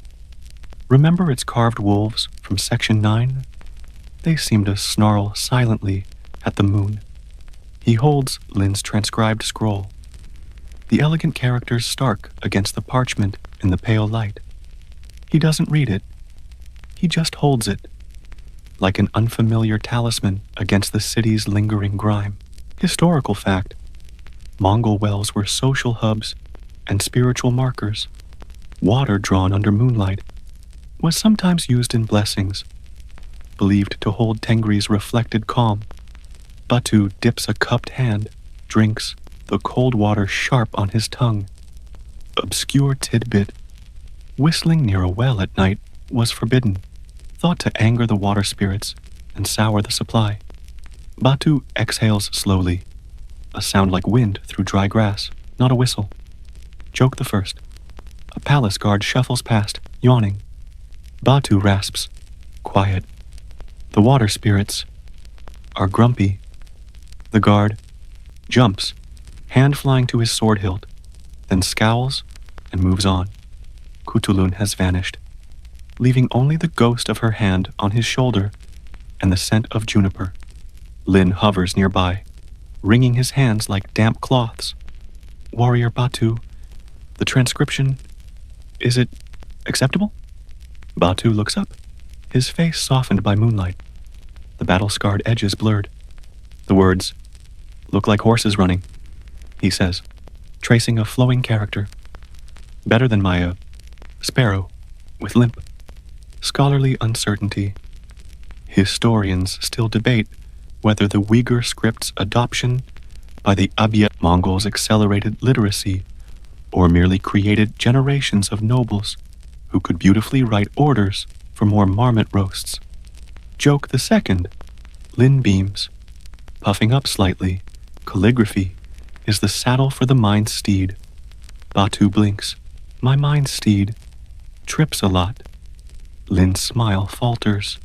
From a high window, the faint, melancholic twang of a yatka zither drifts down. A court musician playing to the indifferent moon. Remember the Persian dutar in the palace? This sound is lonelier, more resonant. Plink, pause. Plink. Batu closes his eyes. Remember the blacksmith's rhythm? The storm's drumming? This is different. A fragile, questioning sound. Final gag. Batu mutters. Sounds like Tolui plucking a tax collector's heartstring. Lin stifles a nervous giggle. Batu doesn't smile, but the grim line of his mouth softens. He stands, rolling the scroll carefully. For Tenger, he says again. The name solid, grounding. He looks towards the infirmary wing, a darker shadow against the moonlit walls. Remember the boy's gray face, the white stone. Batu touches the horsehair talisman, braided into his tunic. The flint stays pocketed. The siege lifts against the city's weight, leaving only the cool stone underfoot, the plink, plink of the distant zither, and the fragile parchment, promise held in a warrior's hand. The moon climbs higher. The city breathes slow and deep. Batu walks towards the infirmary, his footsteps echoing softly, a steady counterpoint to the zither's hesitant song. Rest waits, not in stillness, but in the quiet purpose of delivering hope, written in elegant script and borne on wobbly legs. The infirmary at night is a cave of sighs and shifting shadows. Faint lamplight glows from behind a heavy felt curtain, casting dancing phantoms on the walls. The air still holds the sharp bite of vinegar and something herbal, sweet yet cloying. Valerian root, perhaps, steeping for pain. Remember the rhythmic mortar? It's silent now. Only the soft, ragged breathing of the wounded fills the space. Historical fact. Mongol healers used valerian not just as a sedative, but believed its pungent smell could drive away pain spirits clinging to wounds. They'd hang bundles near pallets, creating a drowsy, slightly skunky atmosphere. Obscure tidbit, nightly checks were done by feel and whispered question. Lamplight was thought to disturb both healing spirits and the precious, fragile sleep of the wounded. Joke the first, a healer moves like a shadow between pallets, his feet whispering on the rushes. Batu whispers, quieter than a mouse, stealing valerian. The healer startles, dropping a clay cup. It cracks, not shatters. Demons take it, he hisses, not the valerian. Batu grunts, priorities. Batu finds Tenger near the back. The boy is awake, eyes wide and glistening in the dim light reflecting off the damp stone floor. His splinted leg rests on a rolled felt pad. He looks smaller, younger, swallowed by the shadows and the weight of healing. Remember the foal? Batu's breath catches. Scholarly uncertainty. Historians still debate whether the observed resilience of Mongol youth stemmed from hardiness, fatalism, or simply having no concept of sick days in a society that valued usefulness above all. Joke the second. Tenger tries a weak smile. Did you wrestle Tolui, warrior Batu? Batu kneels beside the pallet, the rushes crunching softly. Wrestled. Words. More slippery. He pulls out the scroll. He unrolls it carefully in the sliver of lamplight, falling through the curtain gap. Lin's elegant script flows beside the smudged charcoal sketch. Batu doesn't read it aloud. He points. See? Dawn blessing. Wobbly legs. Sun. Tenger traces the characters with a thin finger, his brow furrowed. The words look strong, like horses. Batu nods. Strong words, for strong legs. He points to the final line. Sky welcomes you. Final gag. Tenger peers closer. Is that a tax stamp? Batu snorts. No. Sky stamp. Free. Tenger stares at the scroll, then out the small high window at the slice of star-dusted sky. He takes a slow, deep breath, wincing only slightly. Remember the rhythm Cthulhu taught him? In, the Valyrian scent. Out, the soft crack of the broken cup. Batu stays silent, a solid, armored shadow beside the boy. The Valyrian's sweet rot scent deepens. The ragged breathing from other palates softens, evens out. Tenger's eyelids flutter, heavy. He doesn't look at his leg. He looks at the scroll, then the sky, then Batu. A tiny, real smile touches his lips. Sky welcomes, he whispers. His hand relaxes on the scroll. Batu gently tucks it beside him on the pallet, near the splint. Remember the white stone? This is its paper cousin. Batu rises, his armor creaking softly. The only loud sound in the hushed room. He touches the horsehair talisman once, a silent gesture towards the boy, then turns. The healer nods from the shadows, a pale smudge of a face. Batu walks out, leaving the sighs, the Valyrian haze, the sketch of wobbly legs, and the fragile piece of a boy sleeping under a sky that welcomes him, even within four walls, smelling of pain and hope. The corridor outside is cool and dark. The distant plink of the zither has stopped.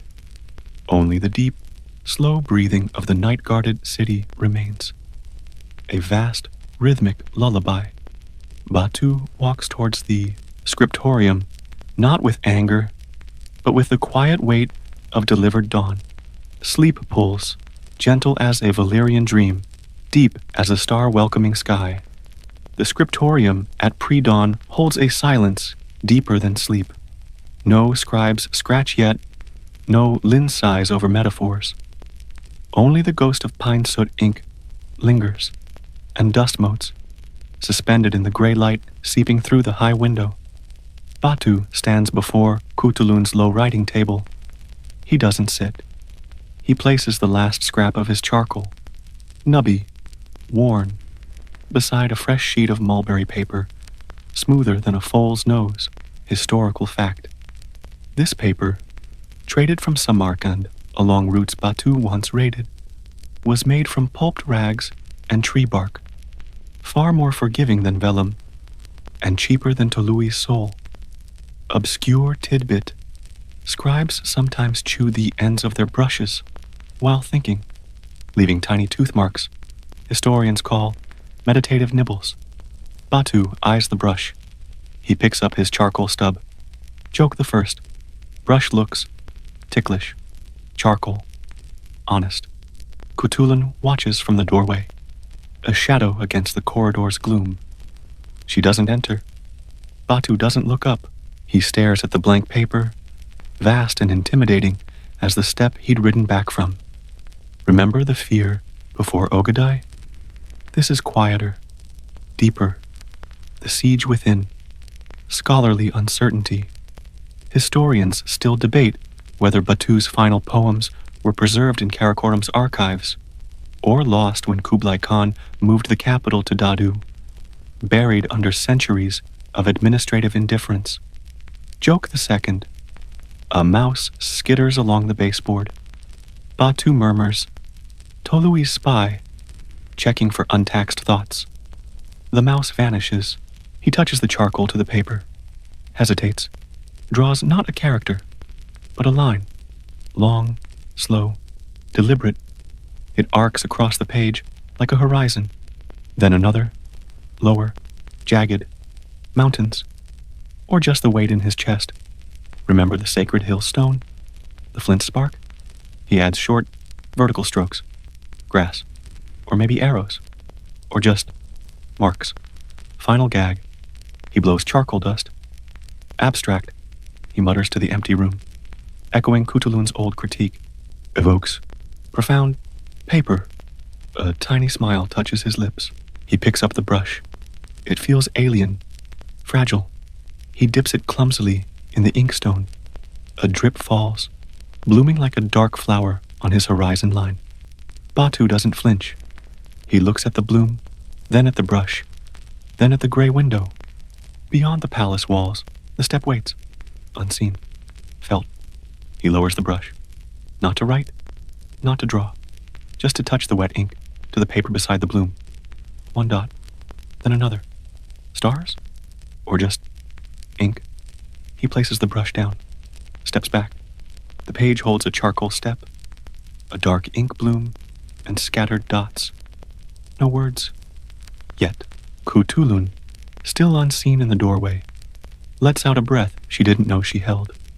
The siege lifts, not with a shout, but with a charcoal line, an ink bloom, and the quiet acceptance of a blank page holding infinite, untaxed possibility. The first bird sings outside, tentative, pure. Batu closes his eyes. The city holds its breath. Dawn is coming. The paper waits. The first true light of dawn doesn't so much break as seep. A slow, gentle washing of gray into gold, spilling through the scriptorium window. It touches the mulberry paper on the table, turning the charcoal line into a soft horizon of smoke, the ink bloom into a shadow of distant clouds, the scattered dots into dew on imagined grass. Batu sleeps now, slumped against a scroll rack, his breathing deep and even, a world away from Tolui's ledgers. The air, cool and clean as steppe wind after rain, carries only the scent of paper, dust, and the faint, mineral tang of drying ink. Historical fact. As Karakoram woke, the blacksmith's first tentative clang, the groan of well ropes, the bleat of sheep herded through dusty streets, the empire carried on, oblivious to the small, silent revolution of ink and understanding that had happened in this quiet room. Obscure tidbit, the mulberry paper, left untouched, would slowly absorb moisture from the dawn air, causing the charcoal to blur slightly at the edges, a natural softening historians might later mistake for artistic intent. Joke the first, softened. A fly buzzes lazily towards the inkstone, perhaps dreaming of becoming part of a grand metaphor. It changes course, opting for a safer, crumb-filled destiny near the door. Cthulhu stands at the window now, looking east, not towards the rising sun glinting off the palace roofs, but beyond the walls, beyond the river, to where the feather grass began its endless, whispering roll towards the horizon. Remember the rooftop's confinement? The herding camp's warmth? The choice hangs in the quiet air, heavier than any paisa. She doesn't look back at Batu's sleeping form, or the page on the table. She looks only east, scholarly uncertainty. Historians still debate whether Cthulhu returned permanently to the steppe after this, governing distant lands, or remained a brooding, poetic thorn in Karakoram's side, her wrestling prowess eventually fading into legend, her poetry lessons surviving only as curious footnotes in tax exemption disputes. Joke the second, gentle. A palace cat stretches in a patch of sunlight on the floor, its yawn silent, but profoundly expressive. Enough walls, it seems to say. Time for mice. She moves silently. Past Batu, past the table holding the dawn-softened page. She pauses only to lift a single, unused sheet of the precious Samarkand paper.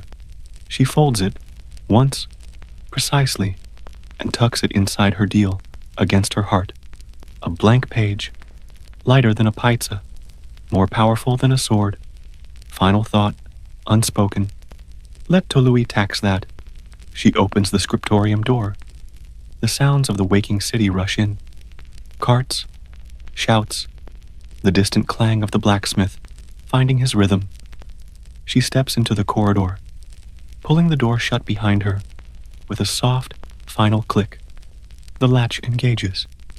The scriptorium returns to its deep, paper-scented silence, holding the sleeping warrior, the dew-dotted page, and the lingering echo of a choice made without words. The fly finds its crumb. The cat finds a sunbeam. Batu sighs in his sleep, a sound like wind easing through tall grass. The light strengthens, gold now, pooling on the floor, warming the dust motes into slow, dancing stars. The siege is over. Not won, not lost, but simply dissolved, like ink in water, like breath in cold air, like a city's noise fading into the vast, patient silence of the waiting steppe. The paper rests. The charcoal steppe blurs softly at the edges. The ink dot stars hold their places. The world breathes in, slow and deep. Out, slow, deep. The light grows warmer. The silence deepens. Feathergrass sways in a breeze only memory can feel. A single, perfect line against an endless sky. Rest.